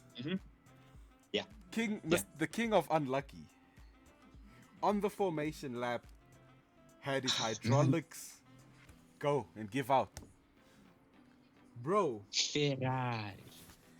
what is this reliability, dog? Like, you know, when we spoke earlier about us, McLaren and Mercedes fans, we felt a little bit of the pain that Tifosi feel. Bro, this is again that Tifosi just felt pain, bro. Another race weekend where they're just feeling pain. Yeah, and it seems to be consistent. Like I don't know. Like I wanna talk about something really quickly in the sense of we've got so many races, but we still only have a limited amount of engines and gearboxes and components in the car. I think they really need to at least give them one more cycle of units, like one more engine, gearbox, and MGUK and all of that, because there's a lot of races and these are race cars. You're supposed to push them to the limit. Yeah, I agree. But the thing is, if you look at it, no team has yet gotten penalties for what's it called. Although Alpine is at that absolute limit for Esteban Ocon and Pierre Gasly right now, right? And I believe most teams are already at that limit, right? 3 power units used up. Yeah. The exhaust components already fully used up. So Yep. they are sitting there at the point where, like, Las Vegas, they'll probably take penalties for it, and Abu Dhabi. If some teams don't take penalties for it, I'm still for a thing of, yeah, maybe we should still leave it at 3 power units and all of this for the teams, because they are able to make the reliability last. The problem comes into, like, I know the Tifosi aren't gonna like me for this, but I mean, I'm Speed said it, build a better car, right? He's not wrong. We've got teams here who are managing to make this engine work the whole year round without taking any forms of penalties. Albeit, there are cases here where teams are crashing, right? Cars have crashed, and that ruins the whole engine, gearbox, exhausts, all of that. And that's not something you can necessarily control. Depends on how the driver's driving. But yeah. So I don't know. I think there's a fine margin. Maybe we should look at it and see if it should be done or not. Yeah, I don't disagree with that. Not at all. But I think the struggle of having a hydraulic issue, especially when Carlos Sainz has also had a hydraulic issue that prevented him from even taking place in a race. You know, it's become too common for Ferrari to have mechanical failures, similar to Alpine in a sense that they've also had way too many mechanical failures. Agreed. Absolutely. Right. On to first lap shenanigans. Oh, I don't even really have much words for it because it was just like that should have never happened. No. That's all it is, right? That should have just Yeah. that whole Yeah. incident should have never happened. And I can't even point it at any driver's fault, really, Not really. because it was like Kevin was not Kevin. Hulkenberg was getting squeezed, right? Yeah, and he had nowhere to go. And nowhere to go. Alex is on the outside. If he goes any more Yeah. to the right, he's in the wall. Yeah. And If he goes any more to the left, he's driving Hulkenberg. Nico's car. Yeah. If he goes any more left, he'll be driving Nico's car. So, yeah, I think it's one of those. It's a race incident. It's a really terrible one in the sense that Alex Albon wasn't able to even compete in the race because he DNF'd, and it was just really tough. It was a really tough start. Yeah, it definitely was a tough start for them. And this wasn't even the end of it. And dude, like just how big of a crash that was. Like that Williams split Yeah. into everything. It was in Yeah. pieces, gone. So that's a whole My thing basically new was- car. Yeah, my thing was when he crashed, he was still holding the steering wheel. Mm-hmm. And I was very concerned that, we've already seen that's how Danny Rick broke his hand. Let's not hold the steering wheel when you're just a passenger and you're about to crash. Don't do that, because Danny's already broken a hand. You don't want to break your hand either. Yeah, and then sit out for so long, man. Yeah, I mean that would be the rest of the season. If he breaks his hand now, that would have been the rest of the season. Yeah, it's just On the plus side, we probably would have seen Mick in the car, which would have been interesting. yeah, it's a very harsh plus side, right? Because Hey, this is Alex just- out, hey, right? If it hey, could have been I'm just- Logan, I'm just and if saying. we put Mick in there, that was the greatest plus side to it, right? Oh no! Yeah. I mean, it's one of those things that every time Logan crashes, just like how come he's just okay? Not that I ever want him to not be okay. I don't ever want any driver to ever get hurt. I never want to see that. I've seen it enough, and I never want to see that again. So, I it's just one of those things where you're just like, man, this kid. Can you get a Yes. slight little injury to say that the doctors are gonna be like, no, relax at home, Yeah, just take it. like maybe he should just break a toe or something. I'm not saying like he must get hurt. Just, break a pinky toe or something. Throw off his balance a little bit, so he has to sit out a couple races. Granted, the season's almost over, but we don't know what Williams are going to do. We don't know if they're going to keep him on or they're going to move on. We'll definitely have to see there. The next driver who's also got disqualified, or not even disqualified, taken out. He was just a passenger princess at this point. Kevin, Yep. right? Yeah. He got wrong place, wrong time, man, and just got sent out of the race. It didn't even begin, and we didn't even get an onboard for the crash from his side. No, we didn't. Yeah. But yeah, it was really disappointing. Really sad to see. Again, race incident, and it happens, unfortunately, and it is racing. Yeah, that is. The next retirement, Guan Yu Zhou. He got Yeah. hit with the debris. Yes, he did. And so they just decided ultimately they're retiring the car, right? And that was it. Valtteri. And Yep. his partner in crime, the other silent assassin, also had a DNF. Yeah. Retired at lap 39, and that was Mhm. just it. Also, another driver got caught up in the little shenanigans there. Little bit of Yep. debris and things hurt the car, and it was just not worth it. The big one, the big DNF, George Russell. That's very rare that we see a Mercedes DNF unless it's a crash, right? We saw Yeah. Yeah. Lewis DNF because crash with Russell. We saw Russell DNF at Singapore because crash. This Yep. was just mechanical, right? Yeah. And Very rare Mercedes. and if you go look at it, I was listening to George's onboard with his engineer, right? And Mhm. at one point, I think it was during lap 20, right? His engineer was just like, "Yeah, George, we're gonna need you to step out of the. Please drive the car in clean air. Don't sit in the tow. Don't sit in the slipstream. drive the car in clean air, right? Yeah. And he said this is for the engine temperatures, and that was just like, damn, okay. And to Yeah. make You matters, immediately have that's not good. and to make matters worse, right? This was that weekend where Mercedes had no comms, none, nothing. Yeah. They were Yeah. saying nothing to the. George was like, "So what are we doing?"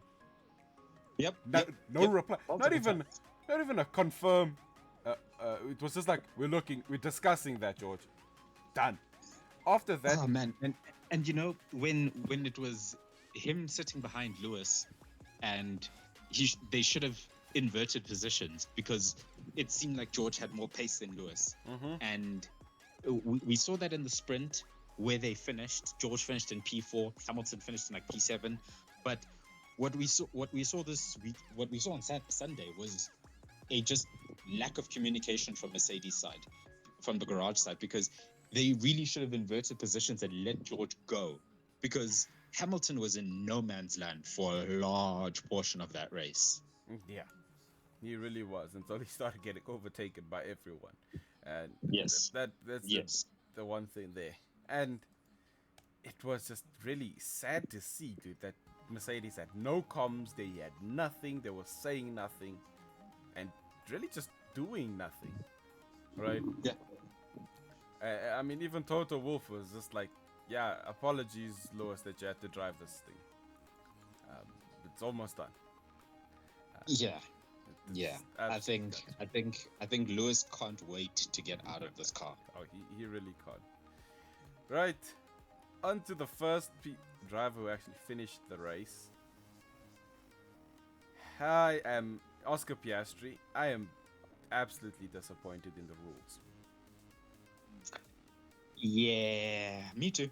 I am absolutely disappointed. So, to explain it to you, ladies and gentlemen, Danny Rick, Oscar Piastri, Valtteri Bottas, and Guan Yu Zhou all pitted immediately after the crash happened, right?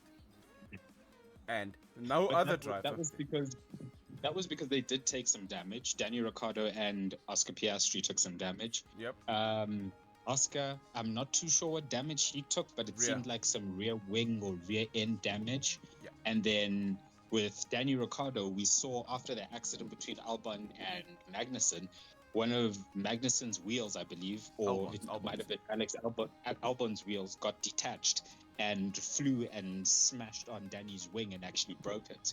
What I do want to say is that actually is really scary, because if it had hit a driver on the head, I think we would be having a different discussion this weekend. Yeah, we definitely would have had a completely different discussion.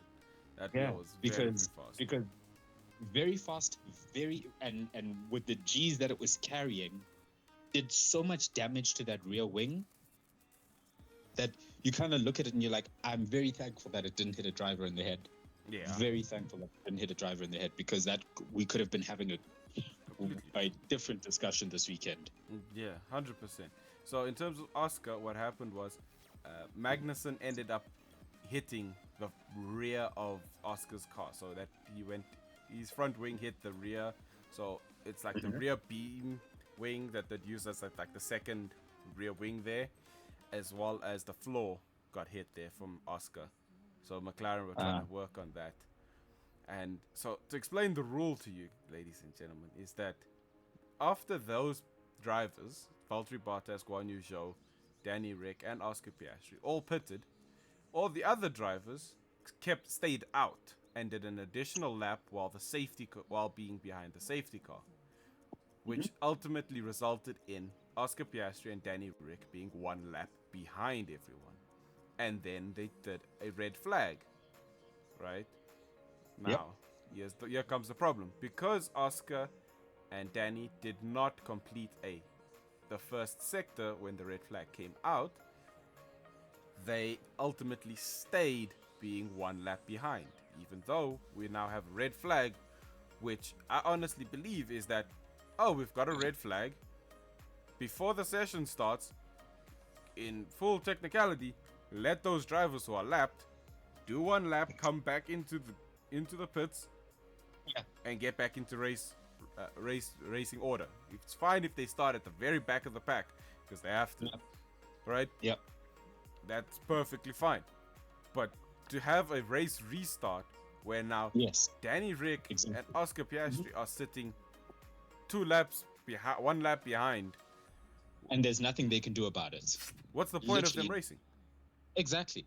They should have just retired the cars at that point because genuinely there was no point. They were running a race for no reason because there was no chance of them being able to catch up on anyone, which honestly, it's such I think a travesty and needs to be looked at by the FIA and Formula One. They really need to address that. If they're going to red flag a race like that, they at least need to give, like, before everyone goes out for the essentially the reformation lap, let those 2 drivers go do a lap, come back into the pits at the back, and then you do your reformation lap and then your official restart. Because genuinely, it was such a pointless event for them.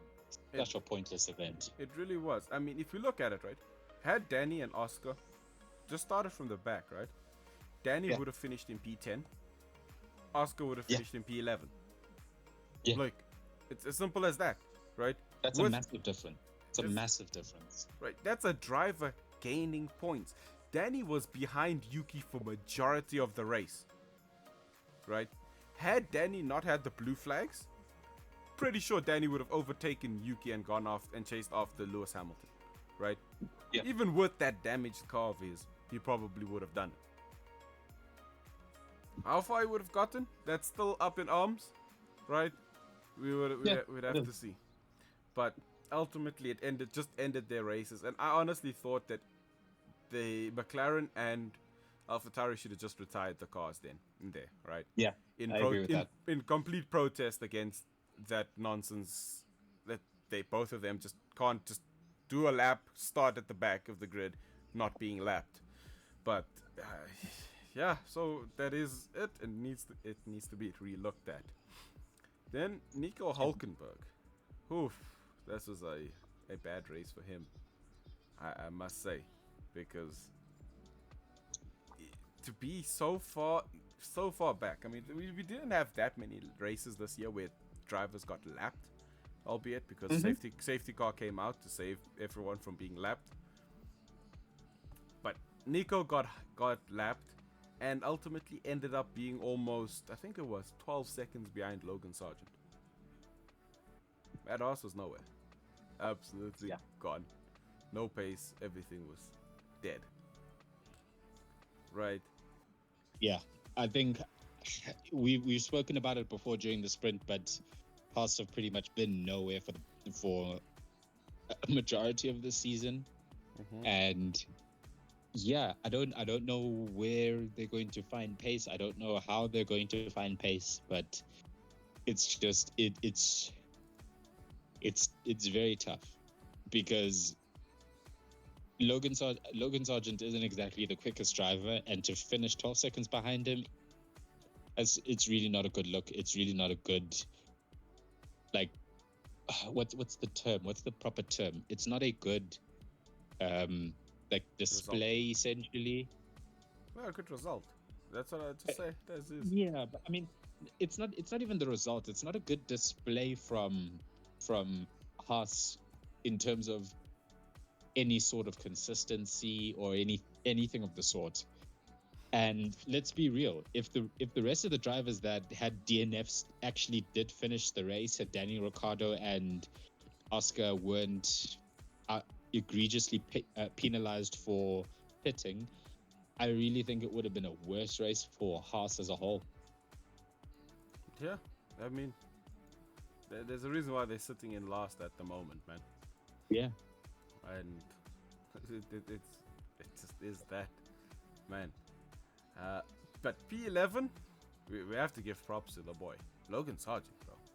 Coming ever so close again to gaining some points for himself. Absolutely beautiful. Good drive from him. Outstanding. Right. Outstanding. He fought Nico for the position and got the position and left him. Yeah. He did really a brilliant job. It only stands to say, where would have Alex ended in this race? Had Alex not been out? where Alex would have been in the points. I am willing to I'm willing to bet on that. I'm genuinely willing to bet on that. Right, in the points for Alex, and that was it. So Logan, well done, man, well done. P11, really good finish, right there. Yep. P10, Esteban Crash Ocon. We've got, I mean, good recovery for him to get that P1, 1 point, sorry, not P1, 1 point after he absolutely burned his car. And just, yeah, had to have his car rebuilt. Not to what he had, but he had to go back to an old engine to not take penalties. And yeah, ended up here in P10. Yeah, there's nothing more. Yeah. I think Alpine played the strategy right in the sense that they let Gasly through very early on, which is what I think Mercedes should have done with Hamilton and George. But yeah, I mean, it worked out for Pierre, which we'll get onto. But Ocon's had a weird season, but also Ocon has just been he's been very error prone, and that I mean, like, for him to have been in F1 for as long as he's been in it, to have teammates like he's had, to be this error prone is no longer something you can make excuses for, because when you look at other drivers, more importantly, you look at rookies, they've made less mistakes than Ocon just this season. Do you want to compare him to Logan Sargent? Who said I'm comparing him to Logan Sargent? There are other rookies, not just Logan. Fair, but I was just like, but we're talking about crashes in total. Yeah, there's one guy who likes to sit as king there. Yeah. But we're not counting him. He's an anomaly. Latifi. Yeah. No. I don't think it's it. We need to not call it an anomaly, because 100% it is. It's the fact. Oh no, I think I may have lost him there. That just might be him. That point has definitely died there. And then, ladies and gentlemen, unfortunately, I believe you'll try and make a comeback just now. Yes, back. I am back. Can you hear me now? Yes, we can hear you now. Perfect. All right. Sorry, my apologies. We were discussing Ocon, correct? Yeah, Ocon and Logan's crashes. Yeah. But you're saying no. Okay, look. Logan crashes because he's not up to scratch, in my opinion. He's not up to the standard, in my opinion. Whereas Ocon is of the standard. He's a race winner, by the way. And he's a driver who's had really good teammates, really competitive teammates that he's been able to be competitive against. It's just the fact that he just keeps making mistakes so often. Every season he makes a bunch of mistakes, specifically crashing into people. Either his team... I know. So to finish his point, it's either into his teammates or somebody else, as we saw it now. Fernando Alonso, an ex-teammate from him there. But yeah, I think Esteban's overall pace, at least in the race, wasn't there. He had some form of a battle against Yuki Tsunoda, but it just didn't last as long as it should have. And ultimately, he ended up just losing the position to Yuki, and Yuki got away from him. Right? I think Yuki started even trying to chase down Lewis Hamilton, but I think Yuki was just way too far away, and Lewis just got lucky that in terms of track positioning, he was good, and that Yuki was just that far away from him. But to move on, we will go on to P9, Yuki Tsunoda. Right? Yuki, after that sprint race finish, I was hoping for a lot better of a race for him here. But I think the strategy just didn't end up working for him here. One of his stunts was just absolutely abysmal, and he fell off way too fast and ended up going way too far back. Welcome back, Nash. All right.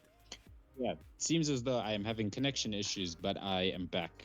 Right. I moved on to Yuki Tsunoda, right? Indeed. For the race so far, and Mm-hmm. his P9 finish. I think, just like I was saying, his one stint just absolutely sent him so far back that he could not even catch up to Lewis Hamilton, right? He didn't even see Lewis for the rest of the race, which just made a big Yeah. a safety net for Lewis so that he could end up finishing the race. At least in the points. I mean, Yeah. because in all honesty, if Yuki was able to extract the right pace out of his stints, he would have definitely caught up to Hamilton. And I would put money on him being able to overtake, because he did on Saturday, and genuinely think he would have done it again. Yeah, 100%, man. Although strategy was the biggest flaw there for themselves, unfortunately. Mm-hmm. P8, Yeah, unfortunate. Lewis Hamilton. It was painful. This was a painful watch, bro. Pain. As a Mercedes fan, it was painful to watch him start so high up and just fall down or get overtaken by everyone. Lap Yeah. after lap after lap, he just gets overtaken by everyone who gets into his DRS. And at one point, he was behind Sergio, right? In the DRS. He had the DRS on Sergio, and he was still losing time to Sergio. Yeah. He even said it himself. I'm in the DRS, but I can't catch him. What is this? Yeah. Horrible setup, horrible car. This weekend did not work out for Mercedes. It's been like a race day was really bad for them. George ended up retiring the car. Lewis just overall struggled. And even before George retired, it's not like he was setting the timing sheet ablaze. He was marginally competitive, but not more competitive but not as competitive as we would expect those Mercedes to be, especially around a racetrack that they've won at. Especially the fact that George won at this racetrack a year ago. So it was slightly off-putting, slightly frustrating in the sense that it just didn't click, and Mercedes got the strategy wrong. They got the comms wrong. It was a bad weekend overall for Mercedes. Absolutely did. The other thing with Lewis was just like, man, it was not even a comfortable watch at all. And we even heard like Bono stopped talking to Lewis. Toto didn't even come on the radio to be like, Lewis, just drive the car. It's nothing. Yeah. Mercedes just had no words for both their drivers. That's all it is. And that debrief yesterday was, that's what it was. It was a debrief and a half. Yeah. So it was literally the car shit. Yeah, we know. We know. Then P7, Pierre Gasly. This was a good finish for Pierre. Very good finish. Very good finish. Got up. Like I said earlier, I'm thankful for the fact that Alpine managed to see that they are on different strategies and their pace is different. Ocon let Gasly through, and Gasly was able to put it in P7, which is points that Alpine desperately need. Yeah. Otherwise, I don't think they would they have been overtaken by somebody? No, I don't think threat. so. No threat. They're no threat, but they still desperately need the points because they need to be putting points on the board. Not because of any other reason than the fact that they're not looking competitive at all. They look like the third best team, which isn't great not the third best team, the third worst team, which isn't great considering there are only 10 teams in the actual sport. So it's a little underwhelming, but also, he had a great drive overall. Yeah, great drive. Next up, the sole remaining Ferrari driver, Carlos Sainz. Good drive from Carlos. He overtook Lewis, made it look clean, cool, and just sent the car. Ended up only 10 seconds behind Lance Stroll, but obviously he had no pace against anyone, and it's just the best that he could do with that Ferrari car. And I don't know. I think Charles definitely could have gotten a lot higher. I do believe that. Probably. I think Charles would have probably got Stroll, but I'm yeah. I think Carlos had a solid race that ended in essentially in a damage limitation sort of space, which, especially at this point when Mercedes wasn't able to score as many points, it's really good for them. Carlos was able to score double the points that Lewis was, and George and Charles didn't finish. So, decent amount of pressure on Carlos in order to bring it home like that. But yeah, finishing in P6 in a race that he kind of felt anonymous. He's sitting 10 seconds behind P5 and 6 seconds ahead of P7. It's quiet race. Yeah, a really quiet one. For me, this guy in P5, bro. Great weekend from him. Absolutely. Shock and awe. Shock and awe. It's crazy when, like, you saw his face this whole weekend and he was in disbelief himself. Like, he done seen a ghost and he just didn't know what was going on. Like, he was just there and it's like, yeah. Like the previous weekend, Mexico, this man threw a hissy fit, bro. Man. And then here he's just ghost. Well, we've seen him throw 3 of them. We've seen him throw 3 hissy fits. And then now he's surprised Pikachu that he's on number 1. He finished in the top 3 in quali, so he was starting from P3, and to only drop down 2 positions in a very competitive race, in my opinion, with cars that with drivers that are definitely faster than him behind him. It is impressive. It was really impressive. Yeah. And if you look at it, the gap between the gap from Stroll to P4 is closer than the gap from Carlos to Stroll. Yeah, it really is. And the thing is, he was catching Sergio, right? And Lance even said it. That was something that was cool. He was like, "How far am I from P4?" And then his engineer told him, and he's like, "I'm gonna try to get these guys." You can see he was trying to catch up to Sergio. Yeah.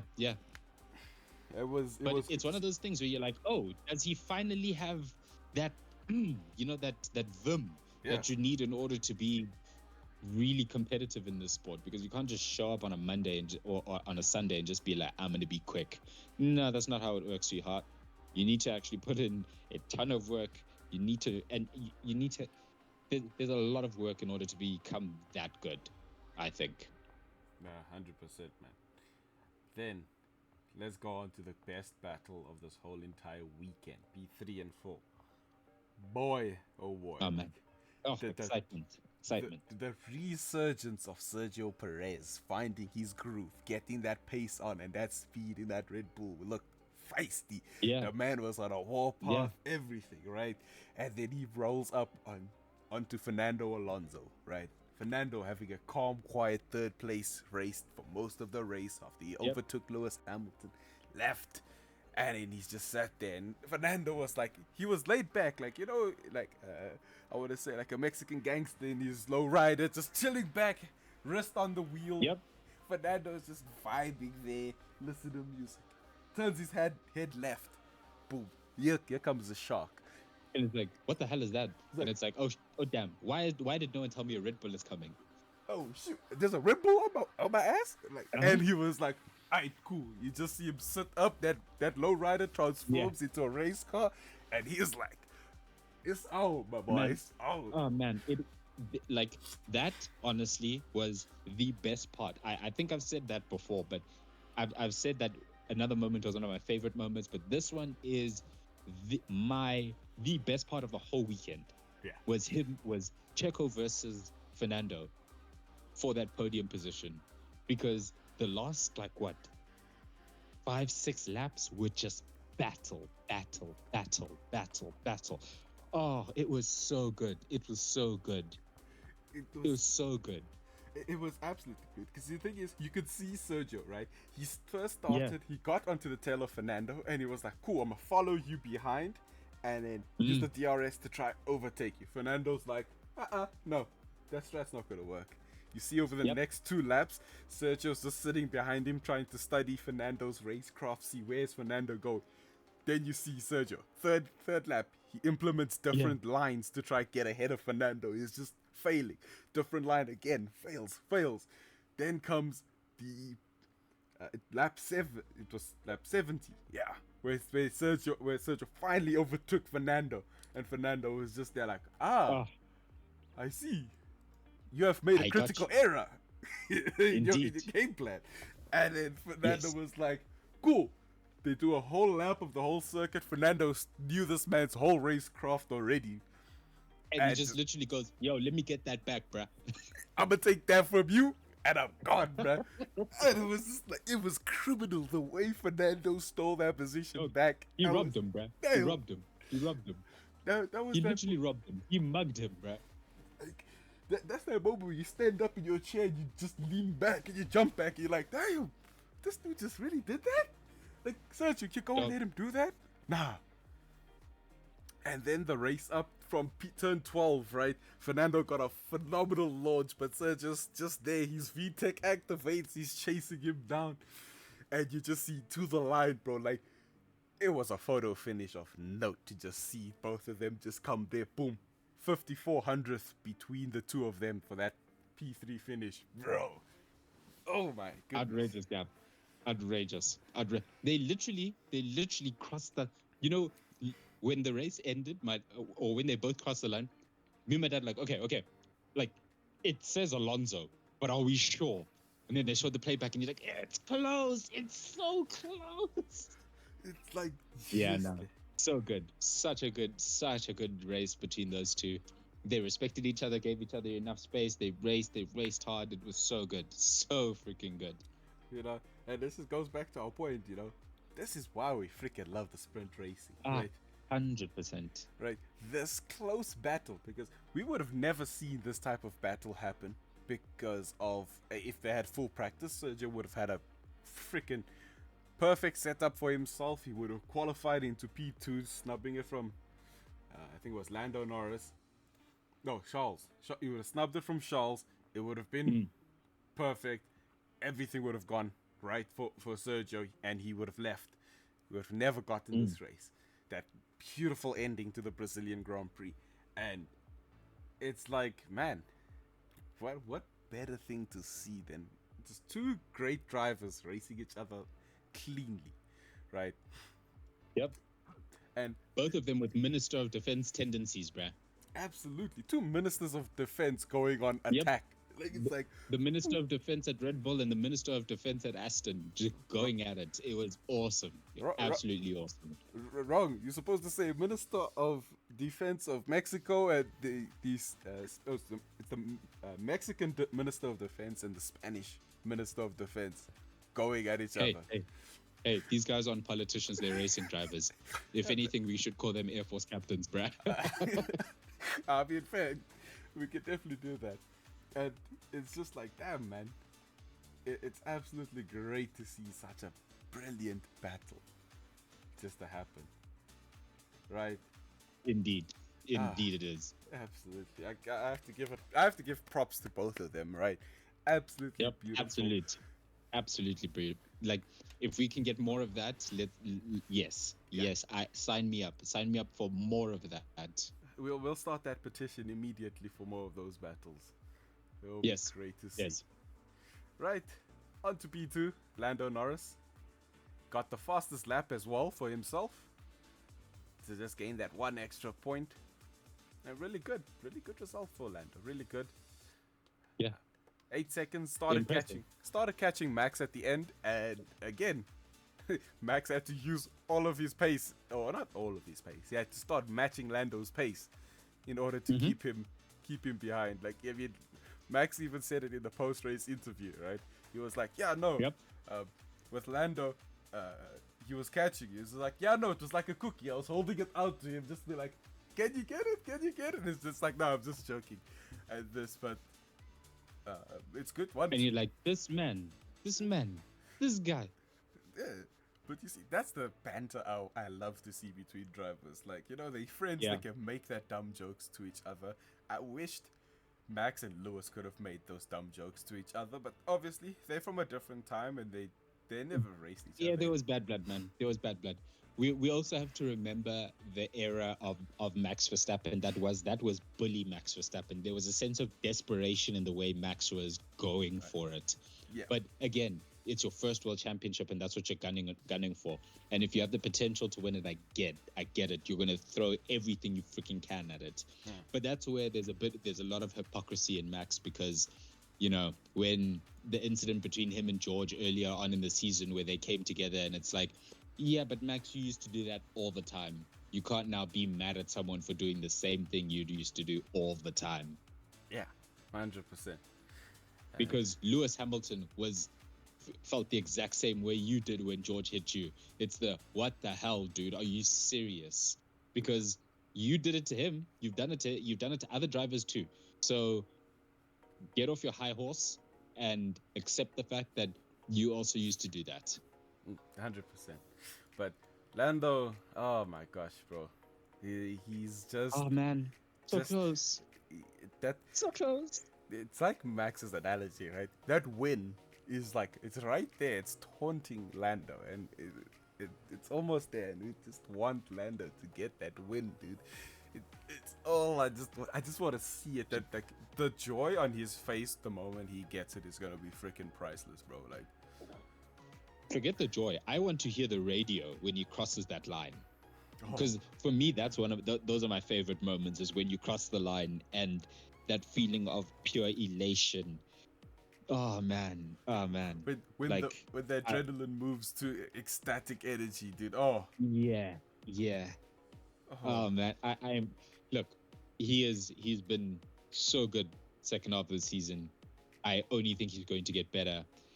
The problem is that he does make a handful of mistakes every now and again, which don't end up going perfectly for him. But I have to say that he's just been an absolute, the second half of the season, he's been an absolute mythological beast, bro. He has just been going so hard, and he's been brilliant. Absolutely brilliant. Yeah, really brilliant. Well done, Lando.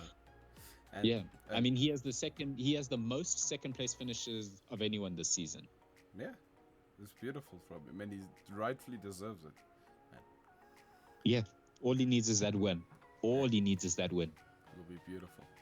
Right, on to the biggest winner, Max Verstappen. Ladies and gentlemen, this man's just unstoppable. Like, give this man his roses. Give it to him, because he's just done. We have to. We genuinely have to. I mean, he has been absolutely insane. Absolutely insane. There are very few drivers that I look at and I go, yeah, that dude might be the best I've seen in my life. Like, and I can actually say that because I think he might be the best driver I've ever seen in my life. Better than Niki Lauda. Now, I said in my life. I never watched Niki Lauda drive. Ah, I see. Yeah, I see. I made a specific caveat on that point. I said the best driver I've ever seen in my life. I was just checking. Now, my favorite racing driver of all time, there's no secret, is Niki Lauda. But yeah, Max Verstappen, man, he is so good. He is so good. I agree. I have to agree with you there, man. I mean, after this race, that puts him at 87% for race wins this season, which is the most of any driver. He set the record for the most consecutive wins this season. I think pretty much he's on track to set the record for the most race wins in a season overall. I mean, he is genuinely one of the best I've ever seen. And that one I can actually say confidently with all drivers I've ever watched, highlights and all, he's one of the best I've ever seen. And it really is. And the thing is, also, must remember, as much as we give it to him, you have to still give him all of it. He deserves everything because he's done it. Yeah. Right. And he won the champion. He won the constructors by himself, basically. Yeah. 100%. And it just makes a question of who could be an actual teammate to compete against him, right?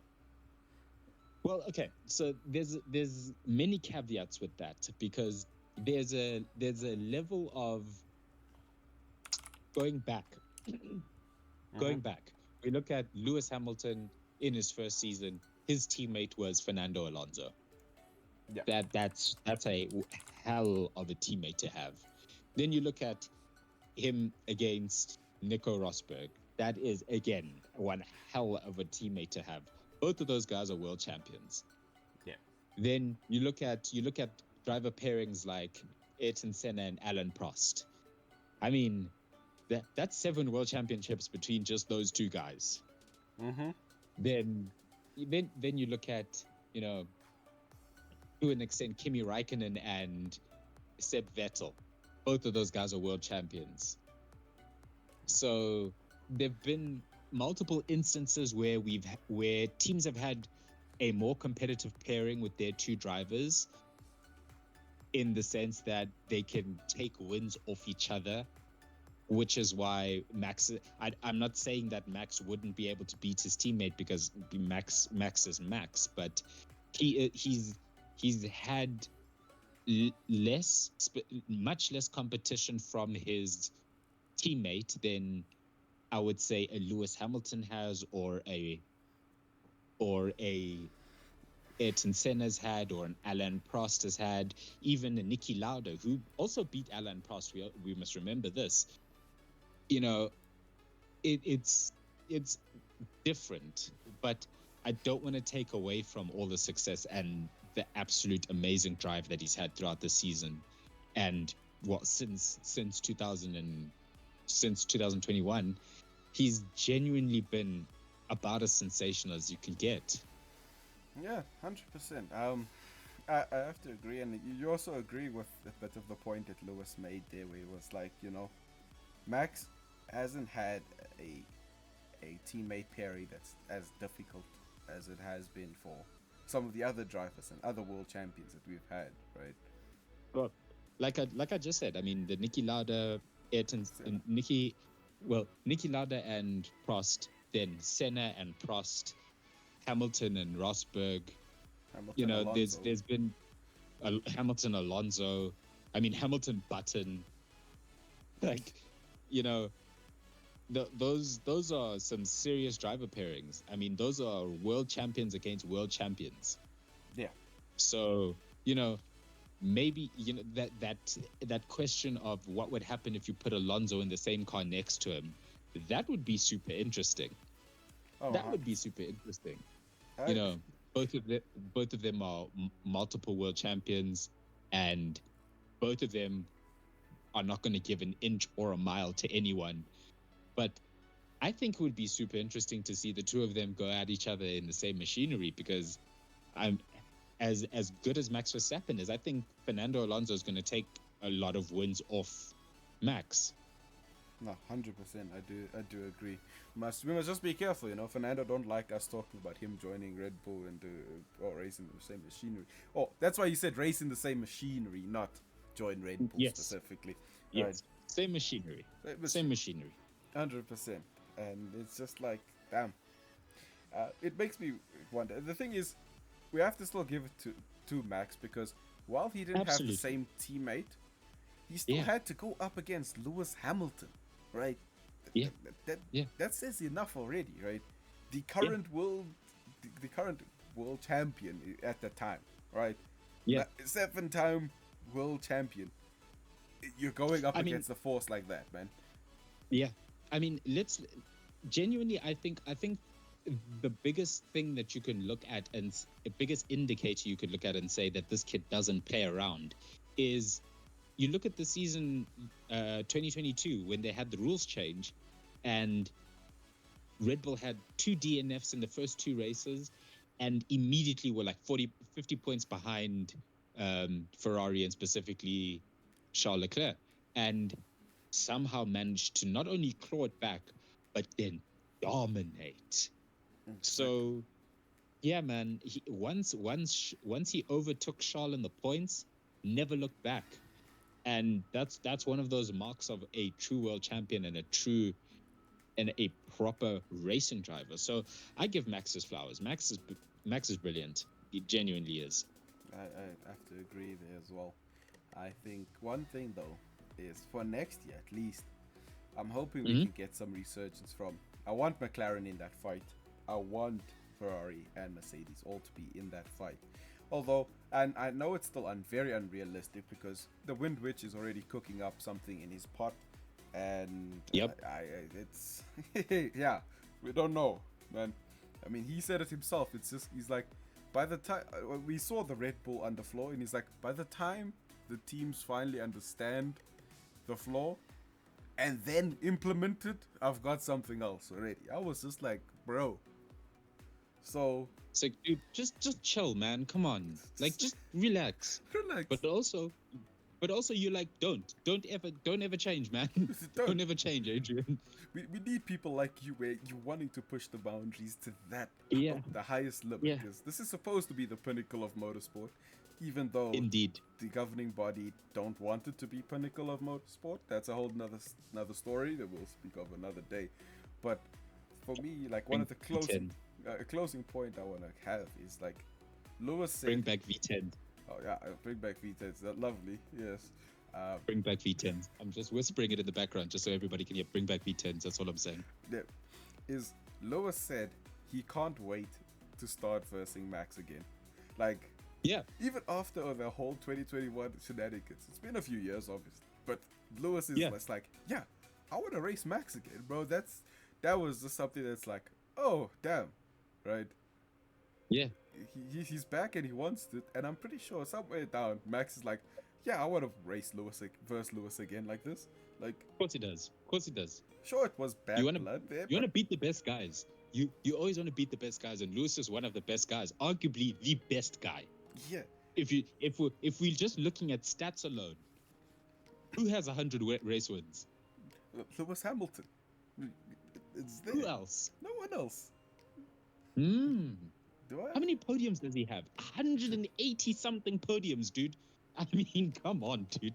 I mean, 7 world championships. He's arguably the best to do it. Yeah, the best. Arguably, he is the best to do it.